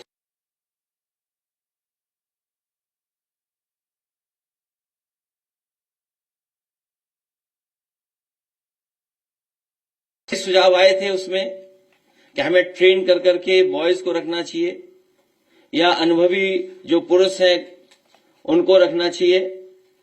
लेकिन एक सुझाव जब आया कि अगर इसमें आप सबसे अच्छा रखना चाहते हैं और व्यवहार भी अच्छा रहे, बातचीत भी अच्छी रहे और कोई नाराजगी न दिखाए, तो आप इसमें लड़कियां और महिलाएं रखें जो सबसे पहले कॉल सुनेंगी।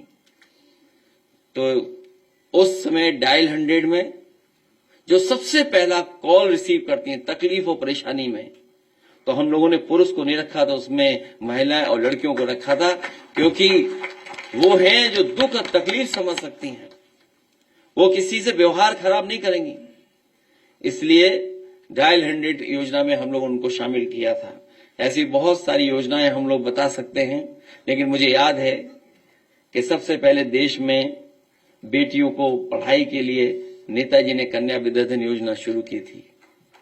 देश में उस समय बेटियों को पढ़ाई और आगे बढ़ने के लिए कोई योजना नहीं थी, नेताजी ने शुरू की और हर समाजवादी सरकार में हम लोगों ने उसको और शामिल कर करके आगे बढ़ाने का काम किया।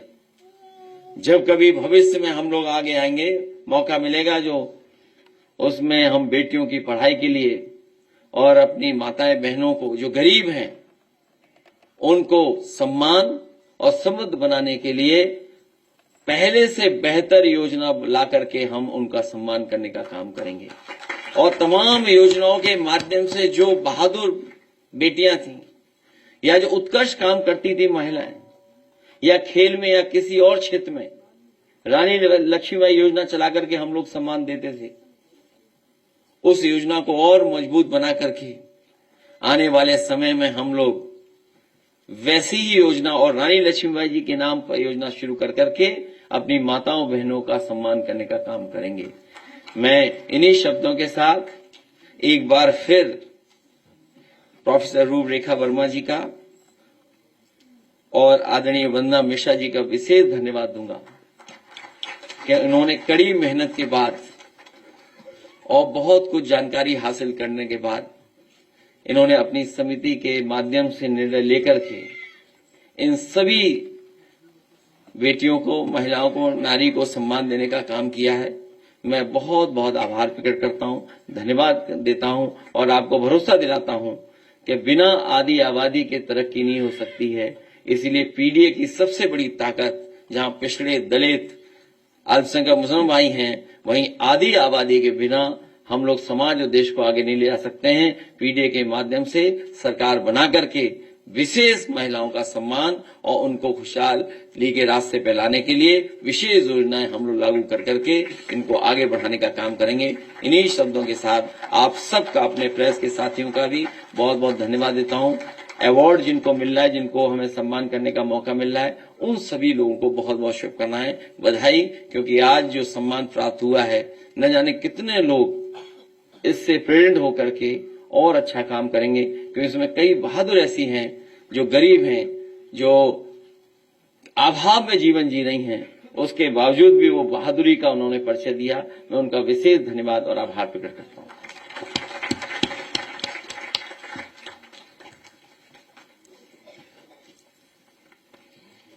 अब हमारा वो कार्यक्रम शुरू होने जा रहा है जिसका हमें इंतजार था, जिसके लिए दूर दूर से हमारे यहाँ लोग आए हैं। और ज्यादा समय न लेकर मैं तुरंत शुरुआत कर रही हूँ। पहला सम्मान है उदा देवी झलकारी बाई सम्मान, जन जागरण के लिए दे रहे हैं। इससे रोशनी जी को अलंकृत किया जाएगा। मैं समिति के सदस्यों से आग्रह करूंगी कि शॉल, मेमेंटो और एक एनवेलप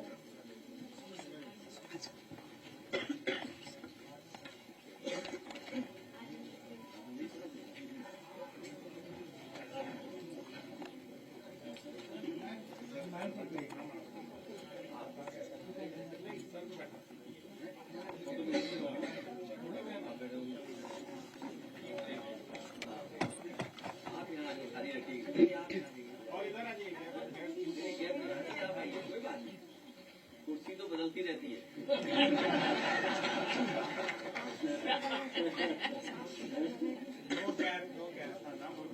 बस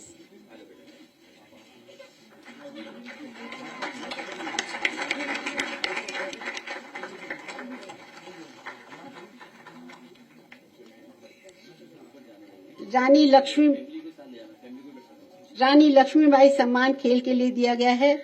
इसके लिए पूनम यादव जी को सम्मानित किया गया है, लेकिन वो कहीं मैच खेल रही हैं इस वक्त और वो बहुत व्यस्त हैं अपनी टीम के साथ।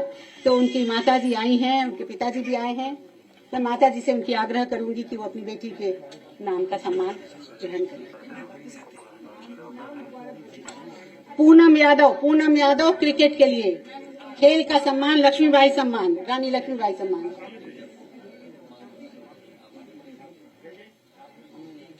माता पिता का भी बहुत रोल होता है। एक समय ऐसा था जब पूनम यादव को लगा कि अब इस खेल में नहीं रहेंगे, तो उनके पिताजी ने ही उनको प्रोत्साहित किया कि नहीं, तुम इस फील्ड में रहो और तुम बहुत अच्छा करोगी। और फिर पूनम यादव लौटी फील्ड में और उन्होंने बहुत अच्छा करके दिखाया।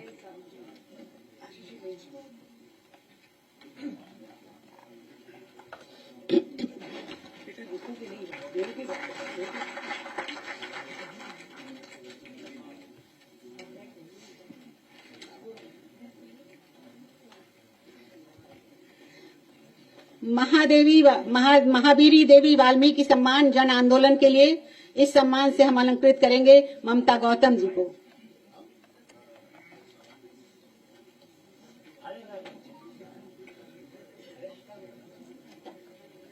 आदरणीय अखिलेश यादव जी उनको शॉल पहना रहे हैं, स्मृति चिन्ह दे रही हैं। रिंकू यादव जी ये बहुत बहादुर महिलाएं हैं, किसान भी हैं, अरहर सरसों की खेती भी करती हैं, कामगर भी हैं और धरने का नेतृत्व भी कर रही हैं और अडानी के खिलाफ लड़ाई भी लड़ रही हैं।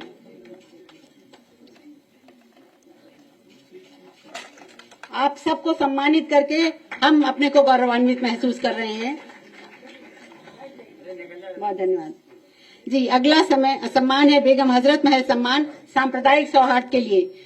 मैं आमंत्रित करूंगी सुमन पांडे और बुशरा को कि वो आए और इस सम्मान को ग्रहण करें। बुशरा और सुमन पांडे ये अकबर नगर की रहने वाली थी, जिस कॉलोनी को बुलडोजर से तबाह कर दिया गया, सरकार ने तबाह कर दिया। और ये लोग अब अपनी लड़ाई वहां बसंत कुंज से लड़ रही हैं और एक दूसरे के साथ मिलकर एक दूसरे की पूरक हैं। पूरे समाज में इनकी धाक है, ये दोनों हमेशा मिलकर रहते हैं।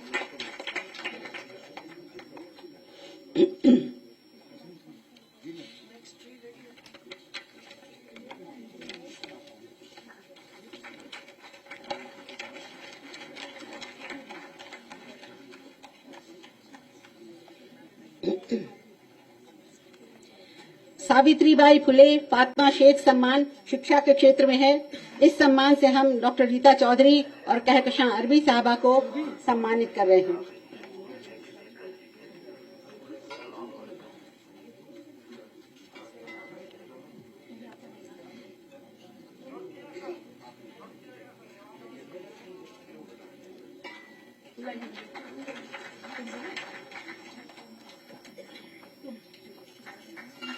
बहुत बहुत धन्यवाद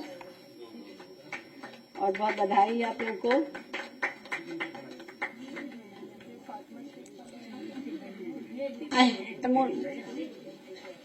अहिल्या भाई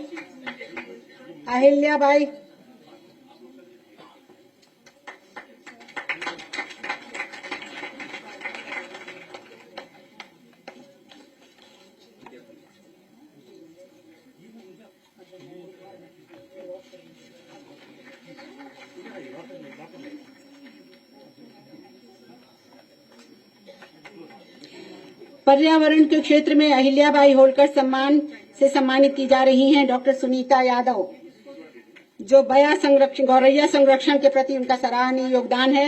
वैसे वो कौओं के संरक्षण का कार्य भी कर रही हैं और उनकी किताब है बहुत खूबसूरत, गौरैया फिर लौट आई।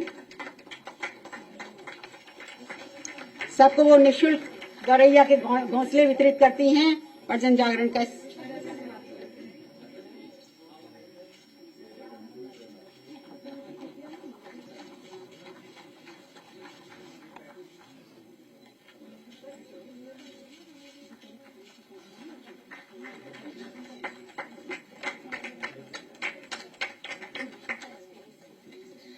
डॉक्टर रमा यादव सम्मान चिकित्सा के क्षेत्र के लिए दिया जा रहा है। डॉक्टर नैयरा शकील साहबा से दरखास्त है कि वो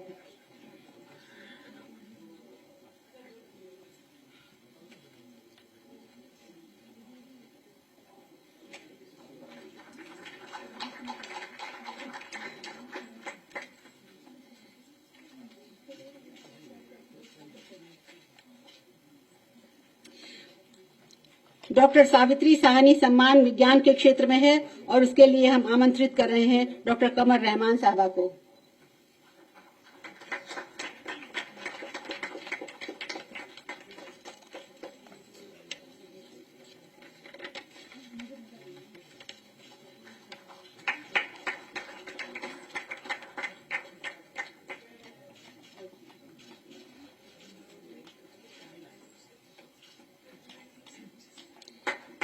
जरा जोरदार तालियां बजाइए।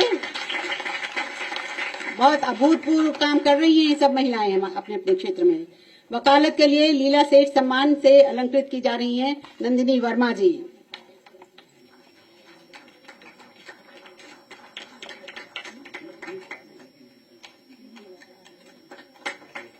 ये छोटी सी लड़की काम बहुत बड़ा कर रही है।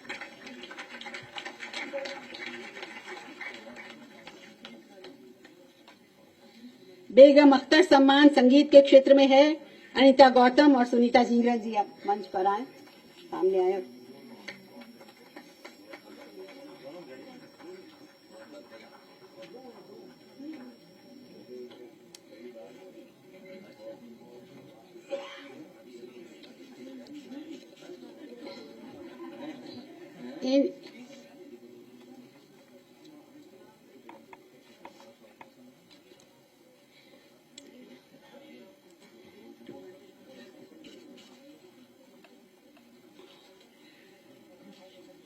वैसे संगीतकारों का सम्मान पूरा होता नहीं है जब तक उनके कुछ गाना सुन ना लिया जाए, और उन्हें भी पूरा मजा नहीं आता है जब तक वो सुना ना लें। तो उसके लिए हम लोग फिर कोई कार्यक्रम करेंगे जिसमें इनके इस हुनर का आनंद लिया जाएगा। कमला चौधरी सम्मान साहित्य के क्षेत्र में है। इस सम्मान से हम अलंकृत कर रहे हैं डॉक्टर रेणु यादव को।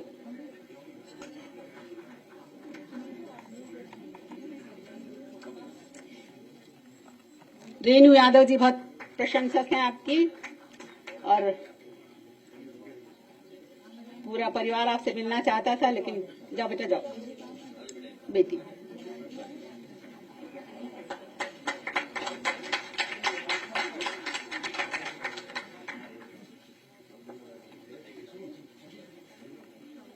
कमला देवी चट्टोपाध्याय सम्मान हस्तशिल्प कला के क्षेत्र में है। इस क्षेत्र में हम रिजवाना, अक्षा और अलशिफा साहबा को आमंत्रित कर रहे हैं। अक्षा और अलशिफा फिरोजाबाद से हैं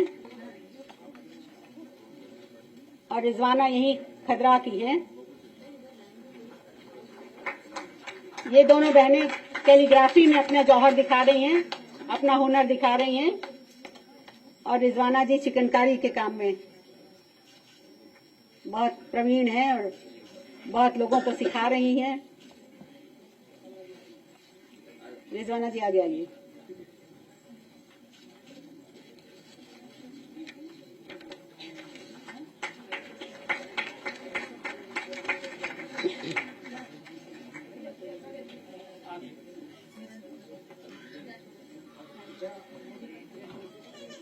पत्रकारिता के क्षेत्र में महादेवी वर्मा सम्मान के लिए मैं आमंत्रित करती हूं डॉक्टर माधुरी काकोटी और काविश अजीज लेनिन साहिबा को, वो आए अपना सम्मान ग्रहण करें। पत्रकारिता के क्षेत्र में हम लोग की जो शिकायतें हैं वो ये लोग उसको दूर करने की पूरी कोशिश कर रही हैं दोनों। माधुरी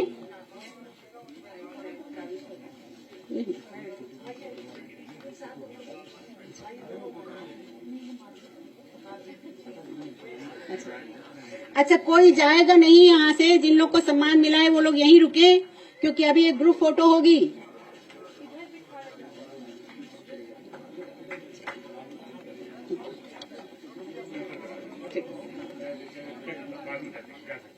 ठीक है, जो लोग चले गए हैं तो उन लोग के बाद में हो जाएगी फोटो। ठीक है। सरस्वती अम्माल अलामेलू अम्माल सम्मान दलित विमर्श के लिए दिया जा रहा है डॉक्टर प्रियंका सोनकर को। प्रियंका जी, प्रियंका सोनकर जी किधर हैं? पहुंच गई।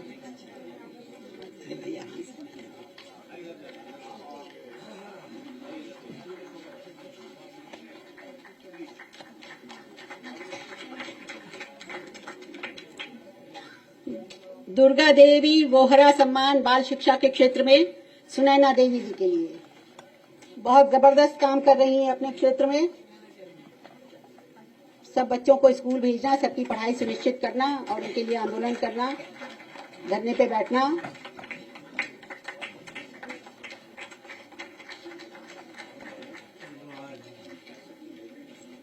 जद्दन बाई सम्मान थिएटर और फिल्म के लिए है। इस सम्मान से हम अलंकृत कर रहे हैं अर्चना आर्या जी को।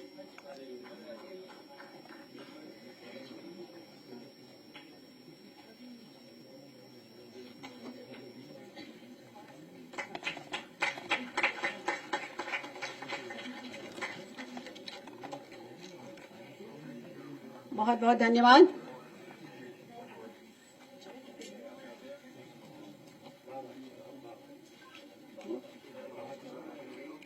ममता करना, अरे पेज छूट गया।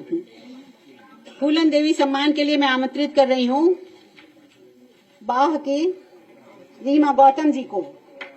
बहुत बहादुर महिला हैं।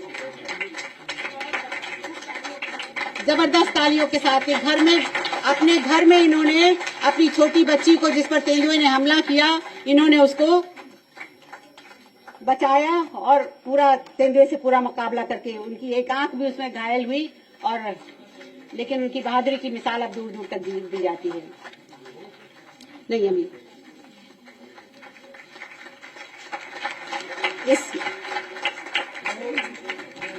इसमत, हाँ नहीं ये सब आगे खोल जाए।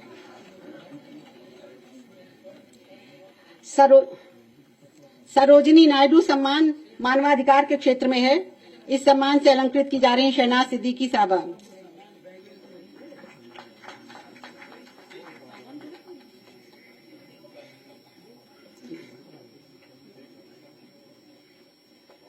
इन्होंने सीए वगैरह में जो पकड़े गए थे आंदोलन के लिए झूठे मुकदमे, उनको उन्होंने छुड़वाने का काम किया, उनकी जमानतें दिलवाई और अभी भी बिना कोई फीस लिए अदालतों में उपलब्ध रहती है उनकी पैरवी के लिए। इस्मत चुगताई सम्मान उर्दू साहित्य के लिए डॉक्टर सबीहा अनवर को।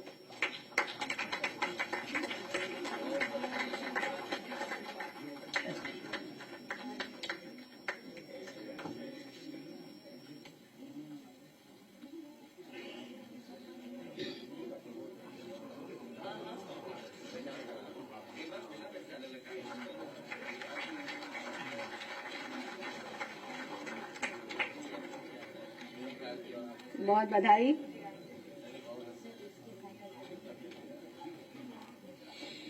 लोक नाट्य के क्षेत्र में गुलाब बाई सम्मान के लिए हम आमंत्रित कर रहे हैं मधु अग्रवाल जी को। जिन्होंने अपनी नौटंकी के जरिए जन जागरण का काम भी करती हैं, जन शिक्षा का काम भी करती हैं और परंपराएं भी चला रही हैं और नए नए सब्जेक्ट्स भी उसमें ला रही हैं।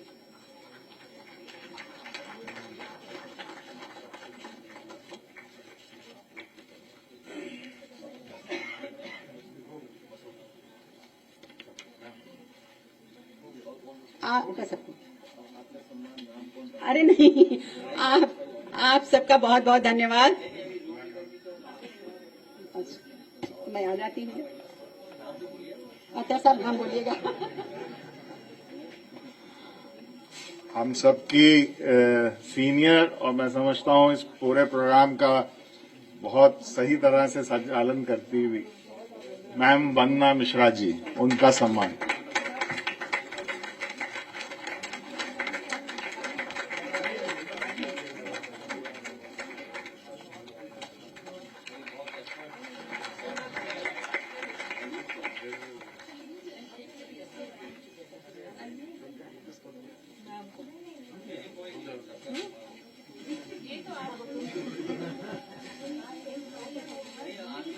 एक सम्मान श्रीमती वंदना मिश्रा जी के लिए समिति की तरफ से।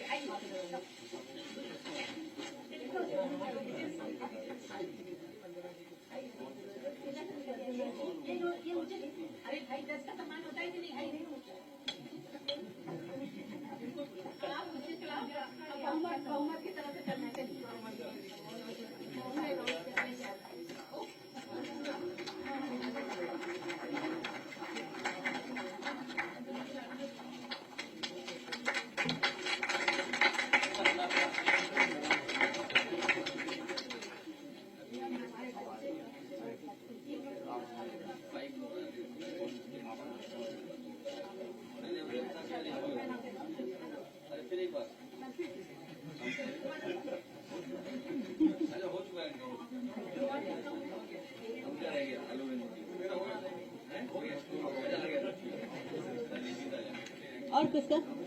जी, अब माननीय अध्यक्ष जी डॉक्टर मधु गुप्ता पूर्व एमएलसी का सम्मान कर रहे हैं।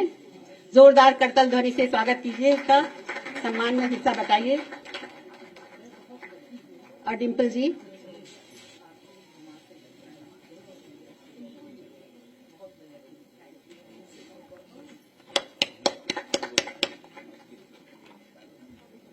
मीरा वर्धन जी, हमारी जूरी की सदस्य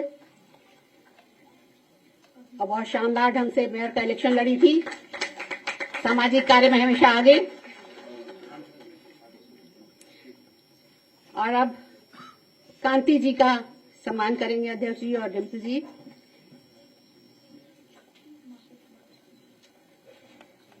बहुत बधाई कांति जी।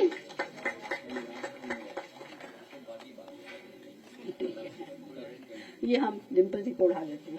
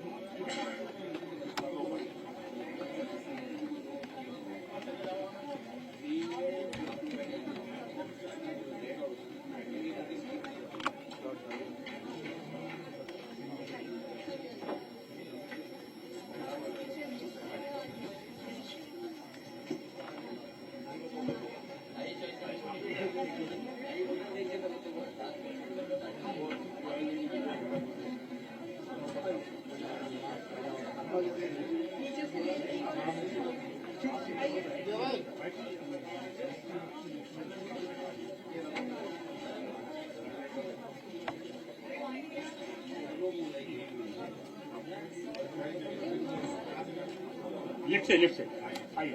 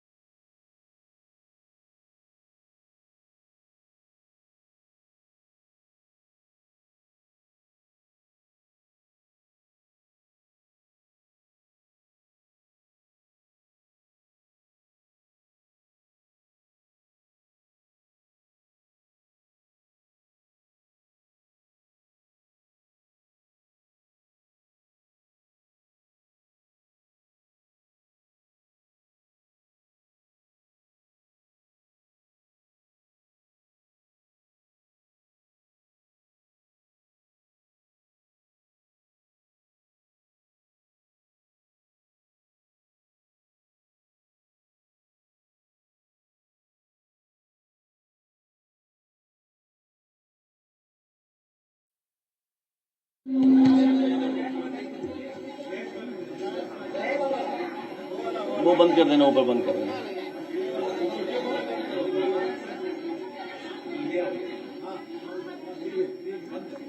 एक कागज ले लो, लोग कागज ले लो, कागज ले लो।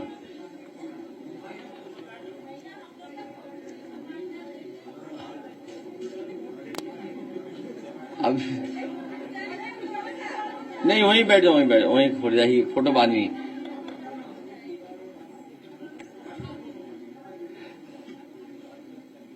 समाजवादी सरकार में मुझे याद है कि रानी लक्ष्मीबाई अवार्ड शुरू किया गया था।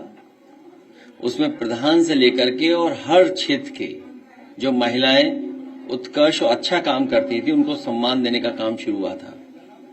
और कई विशेष जो घटनाएं हुई जहां पर बहादुरी या अपने हुनर का उन्होंने जो अच्छा काम किया था उनको भी सम्मानित करने का काम किया गया था।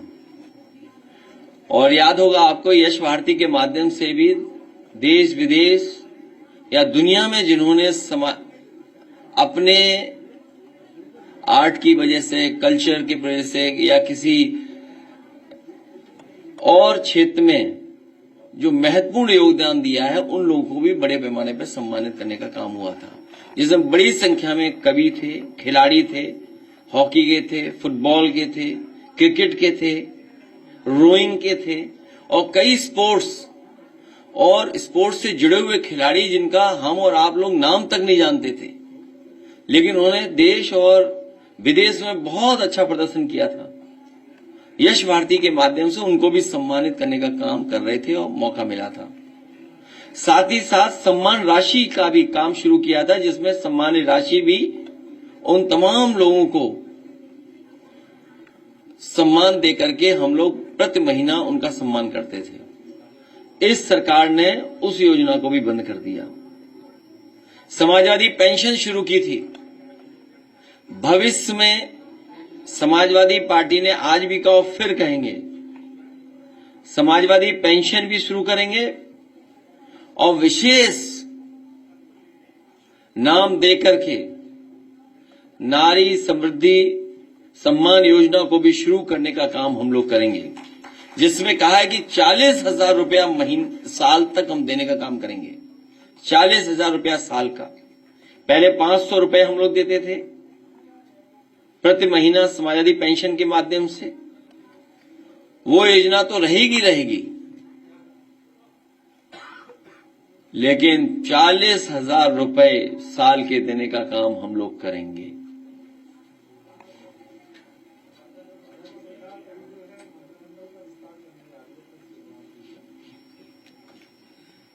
उन्होंने नवरात्र में लगता है दिन तय किया है। असली विस्तार सरकार का और विकास का होगा 2027 में। ये तो रूठेयों को मनाने वाला है, और जब बजट पूरा खर्च हो गया है तब मंत्री बनेंगे। और आपको सुनने में आ गया होगा कि कई विभागों का बहुत जल्दी बजट स्वीकृत हो रहा है, और एक विभाग पे तो हमारे एक पत्रकार साथी ने यही सवाल भी किया था कि 1,000 करोड़ के टेंडर पता नहीं कौन सा तरीका अपनाया है और स्वीकृत कर करके और दे भी दिया है। उसमें सिमई मिली, गुजिया मिली, ये नहीं पता कौन सी मिठाई चली है,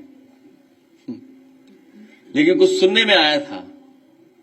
और आप देखिए, अभी आदरणीय रूपरेखा वर्मा जी ने जो इशारा किया, हालांकि देश के डिफेंस मिनिस्टर तो अच्छा काम करना चाहते होंगे लखनऊ के लिए, क्योंकि उनका संसदीय क्षेत्र है, और जिसका भी संसदीय क्षेत्र होता है वो एक बहुत इमोशनल अटैचमेंट होता है वोटर्स और क्षेत्र से भी। उन्होंने तो कोशिश की है कि एक ग्रीन कॉरिडोर बन जाए, लेकिन मुख्यमंत्री जी ने ग्रीन कॉरिडोर नहीं बनाया, बर्बाद कॉरिडोर बनाया है। वो green corridor smooth traffic flow के लिए नहीं है। हर चौराहे पे आपको पुलिस लगानी पड़ेगी। और कल जानबूझ करके मैं इनकी डिजाइन को समझना चाहता था कि इनकी डिजाइन और इन्होंने क्या बनाया है ग्रीन कॉरिडोर।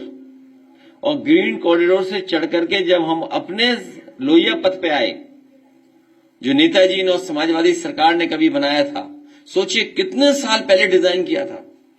उसमें गोमती का ब्रिज 8 लेन है, सड़क 8 लेन बन गई है। आप बताइए, पेडेस्ट्रियन को चलने की जगह भी नहीं है ग्रीन कॉरिडोर में। दुनिया में कहीं सड़क ऐसी डिजाइन नहीं हुई होगी आज के समय पर जहां पैदल चलने वाले गरीब और साइकिल से चलने वाले लोगों को कोई जगह ना हो।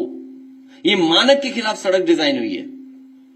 कोई भी सड़क बिना पैदल चलने वालों के सड़क डिजाइन नहीं हो सकती। ये लखनऊ में इस सरकार ने ऐसी डिजाइन की है कि पैदल चलने वालों की जगह नहीं है। लोहिया पथ 8 लेन है। इनका ग्रीन कॉरिडोर ग्रीन होगा ही नहीं कभी, मतलब स्मूथ फ्लो और कभी क्लियर फ्लो के साथ नहीं होगा। हर चौराहे पे है। और मैंने देखा है कि ऑटो तो गिर गया होता, पलट गया होता। अगर आप जाएं ऑटो से और सडन टर्न है, बताइए ऑटो कहां जाएगा।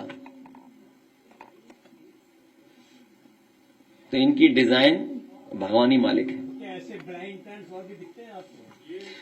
ये डिजाइन का पार्ट है, लेकिन सबसे दुख का पार्ट है कि 7,000 करोड़ का डिजाइन ये बन रहा है ग्रीन कॉरिडोर। मैंने कहा कि कम पैसे में ही 6 लेन 8 लेन बन सकता है।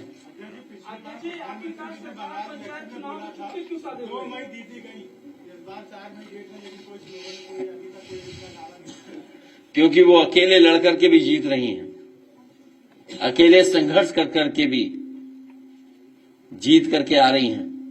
कितने भी अधिकारी बदल रहे हैं, चुनाव आयोग से मिलकर के बीजेपी और बीजेपी से मिलकर के चुनाव आयोग कोई भी सूची बना ले, डीजीपी, चीफ सेक्रेटरी या अन्य अधिकारियों को हटाने के बावजूद भी जनता आदरणीय ममता जी को ऐतिहासिक वोटों से जिता करके पुनः मुख्यमंत्री बनाने जा रही है। आप देखिए, पिछला चुनाव यूपी में अगर कोई अधिकारी हटाओ तो बताओ आप, और आने वाले समय में चुनाव होने जा रहा है, अभी से सेटिंग शुरू हो गई है कि कौन सा अधिकारी कहां सेट होगा। मैंने तो आपको फरकाबाद का किस्सा सुनाया था, और नहीं मानते आप जानकारी कर लोगे, अगर बात गलत हो तो बताइए हमें। अधिकारियों ने मिलकर के हमारे डॉक्टर नवल किशोर साग के मौर्य सैनी को हराया था।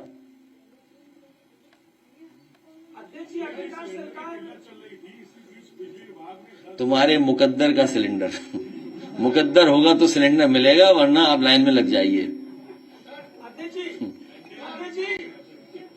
और लापता गैस पंचायत चुनाव आखिरकार यूपी सरकार क्यों नहीं कराना चाह रही? हाईकोर्ट सिलेंडर है ही नहीं कहीं।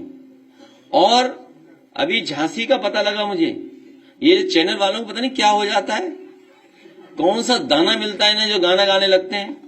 मैं जब लोकसभा में था तो एक चैनल के कोई आए जर्नलिस्ट मेरे से बोला कि लखनऊ में मलियाबाद में समाजवादी पार्टी के नेता के घर पर इतने सिलेंडर मिले। अभी मेरी पार्टी की कमी है। कल ही मुझे जानकारी मिली कि झांसी में जो ट्रक गायब हुआ था, पूरा ट्रक सिलेंडर का, वो बीजेपी के लोगों ने गायब किया था। बीजेपी के नेता शामिल थे, बड़े बड़े नेता दूसरे जिले से फोन कर रहे थे कि समझौता कर लो। पूरा ट्रक चोरी कर लिया, सिलेंडर भरा हुआ, और जब वापस किया तो आधे सिलेंडर खाली वापस किए। बताइए आप, बीजेपी के नेता थे, लेकिन दुर्भाग्य एक भी चैनल ने बीजेपी का नेता नहीं चलाया। तभी मैंने कहा, अरे रूपरेखा वर्मा जी कहने सड़कों पर उतरे, ये 30 चैनल केवल सच बोलने लगे, तो अभी सब परिवर्तन हो जाएगा।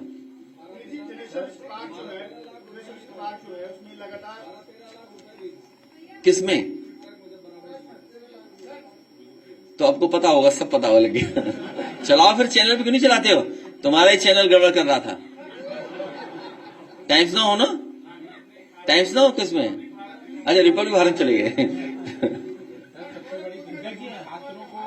और बताइए, हत्या? हाँ, ये सही कह रहे हैं आप। अरे तुम बेटी का आरोप सुन रहे हो, और सांसद जी ने क्या कहा?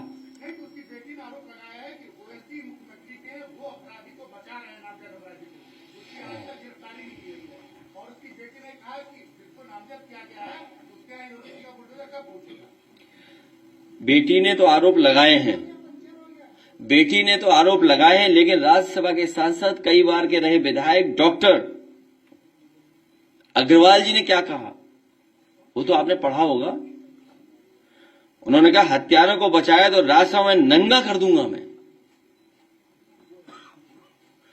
राज्यसभा सांसद गोरखपुर से, जिन्होंने अपनी सीट खाली करके दी, जिससे मुख्यमंत्री चुन करके गए, उन्होंने क्या कहा कि हत्यारों को बचाया तो राज्यसभा में नंगा कर दूंगा। अब आप समझ लीजिए कौन दोषी है।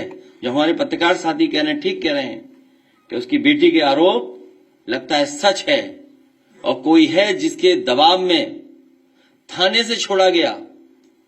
सुनने में तहरीर से नाम भी हटा दिया गया जो एफआईआर दर्ज हुई है। केवल वहीं की हत्या नहीं, गोरखपुर की। आप बताइए बनारस में क्या हुआ? खुलेआम एक छात्र को गोली मार दी गई, सब पे रिकॉर्डिंग है, वीडियो है। और बदायूं की कैसे भूल जाओगे आप, जिसकी मां ने, परिवार ने खुद कितनी बार पुलिस को शिकायत की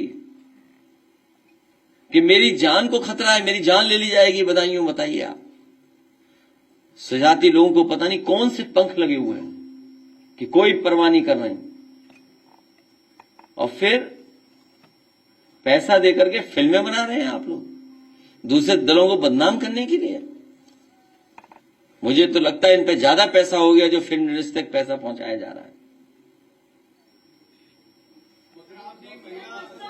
और मथुरा में क्या हुआ सोचिए आप, एक साधु संत का हत्या हो गई। अब जाने कौन कौन सी कहानी बताई जा रही है। आखिरकार दोषी कौन है, जिम्मेदार कौन था? प्रशासन आखिरकार क्या कर रहा था, एडमिनिस्ट्रेशन क्या कर रहा था? दोषी तो एडमिनिस्ट्रेशन है, पुलिस है। सुल्तानपुर में भी एक हत्या हुई है, 3 दिन के बाद एफआईआर भी की गई है। हत्यारा घर पे जाकर के कहता है कि 10 मिनट का समय है, 10 मिनट में अगर बचा केवल यही नहीं, आप बताओ वो डॉक्टर को कैसे मारा गया था वहां, किस चीज से मारा गया था बताइए आप। यहां पुलिस से जब पॉलिटिकल काम लोगे, पुलिस का जो एक सिद्धांत बन गया है कि हथेली गरम पुलिस नरम, एक ही सिद्धांत पे काम कर रही है पुलिस, और आए दिन गांजा जाने क्या क्या पकड़ा जा रहा है। तो पुलिस लॉ एंड ऑर्डर के अलावा सब कुछ कर रही है, और गोरखपुर में तो लॉ एंड ऑर्डर की हत्या हो गई है। ये जो घटना हुई है गोरखपुर की, हमारे पत्रकार साथी पूछ रहे हैं, वहां लॉ एंड ऑर्डर की हत्या हो गई है। जनता से अपील है कि इस सरकार को हटाए बिना लॉ एंड ऑर्डर बेहतर नहीं हो सकता है।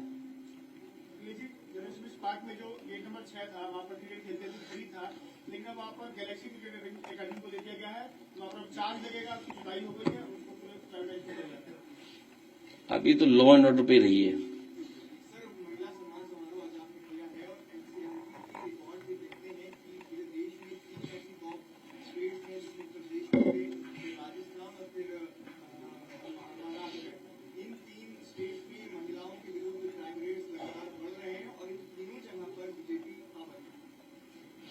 जहां जहां बीजेपी है और बीजेपी की सरकार है, जो एनसीआरबी का आंकड़ा बता रहा है, सबसे ज्यादा असुरक्षित महिलाएं बेटियां वहीं पर हैं।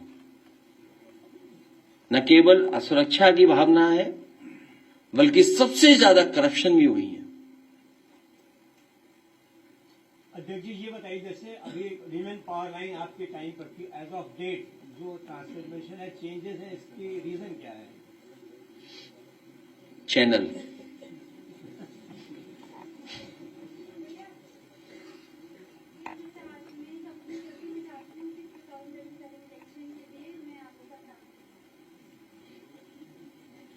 अच्छा बैठ जाओ, ये सब मदद करना चाहते हैं हमारी। हाँ? हम डेली यहीं से प्रचार करेंगे और आप लोगों के माध्यम से प्रचार करेंगे, ठीक है। और दूसरा, क्योंकि मुझे जानकारी मिली है भारतीय जनता पार्टी के लाखों के डिप्लॉयमेंट बंगाल के बाद सीधा यूपी हो जाएगा उनका।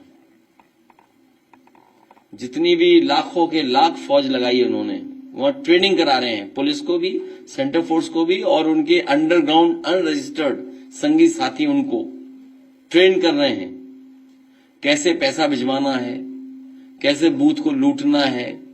सुनने में आया कि बूथ स्तर पे ही पैसा भेज दिया गया है बंगाल में। लाखों लाख अनरजिस्टर्ड अंडरग्राउंड संगी साथी पहुंचा दिए गए हैं। उन सबकी पोस्टिंग यही होने वाली है अप्रैल में। अभी कुछ दिनों पहले निपटे हैं, कुछ ही दिन पहले निपटे हैं, इसलिए फिर निपट लेंगे। पीटीए की ताकत, पीडीए की ताकत इनको सोने नहीं दे रही है। पीडीए का जैसे ही फुल फॉर्म आता है, इन्हें रात भर नींद नहीं आती है। आज तक पीडीए का एक ही फुल फॉर्म निकाल पाए हैं, दूसरा नहीं निकाल पाए। और हमारे पास कितने फुल फॉर्म बताइए? कई मिजाइल हमारे पास।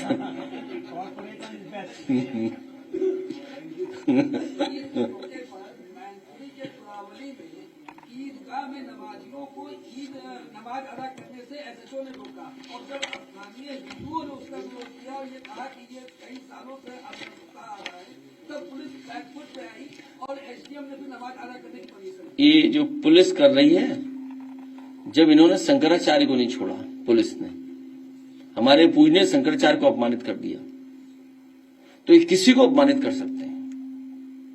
नहीं, हाई कोर्ट की, न सुप्रीम कोर्ट, किसी की चिंता नहीं इनको, न संविधान की, न नियम की, न कानून की। पहले बन जाए तब बताओ ना। दिल्ली वालों का डीजीपी होगा कि लखनऊ वालों का होगा डीजीपी? तो ये कोई पहली बार हुई है फाइल वापस? तुम भी जानते ये बात तो।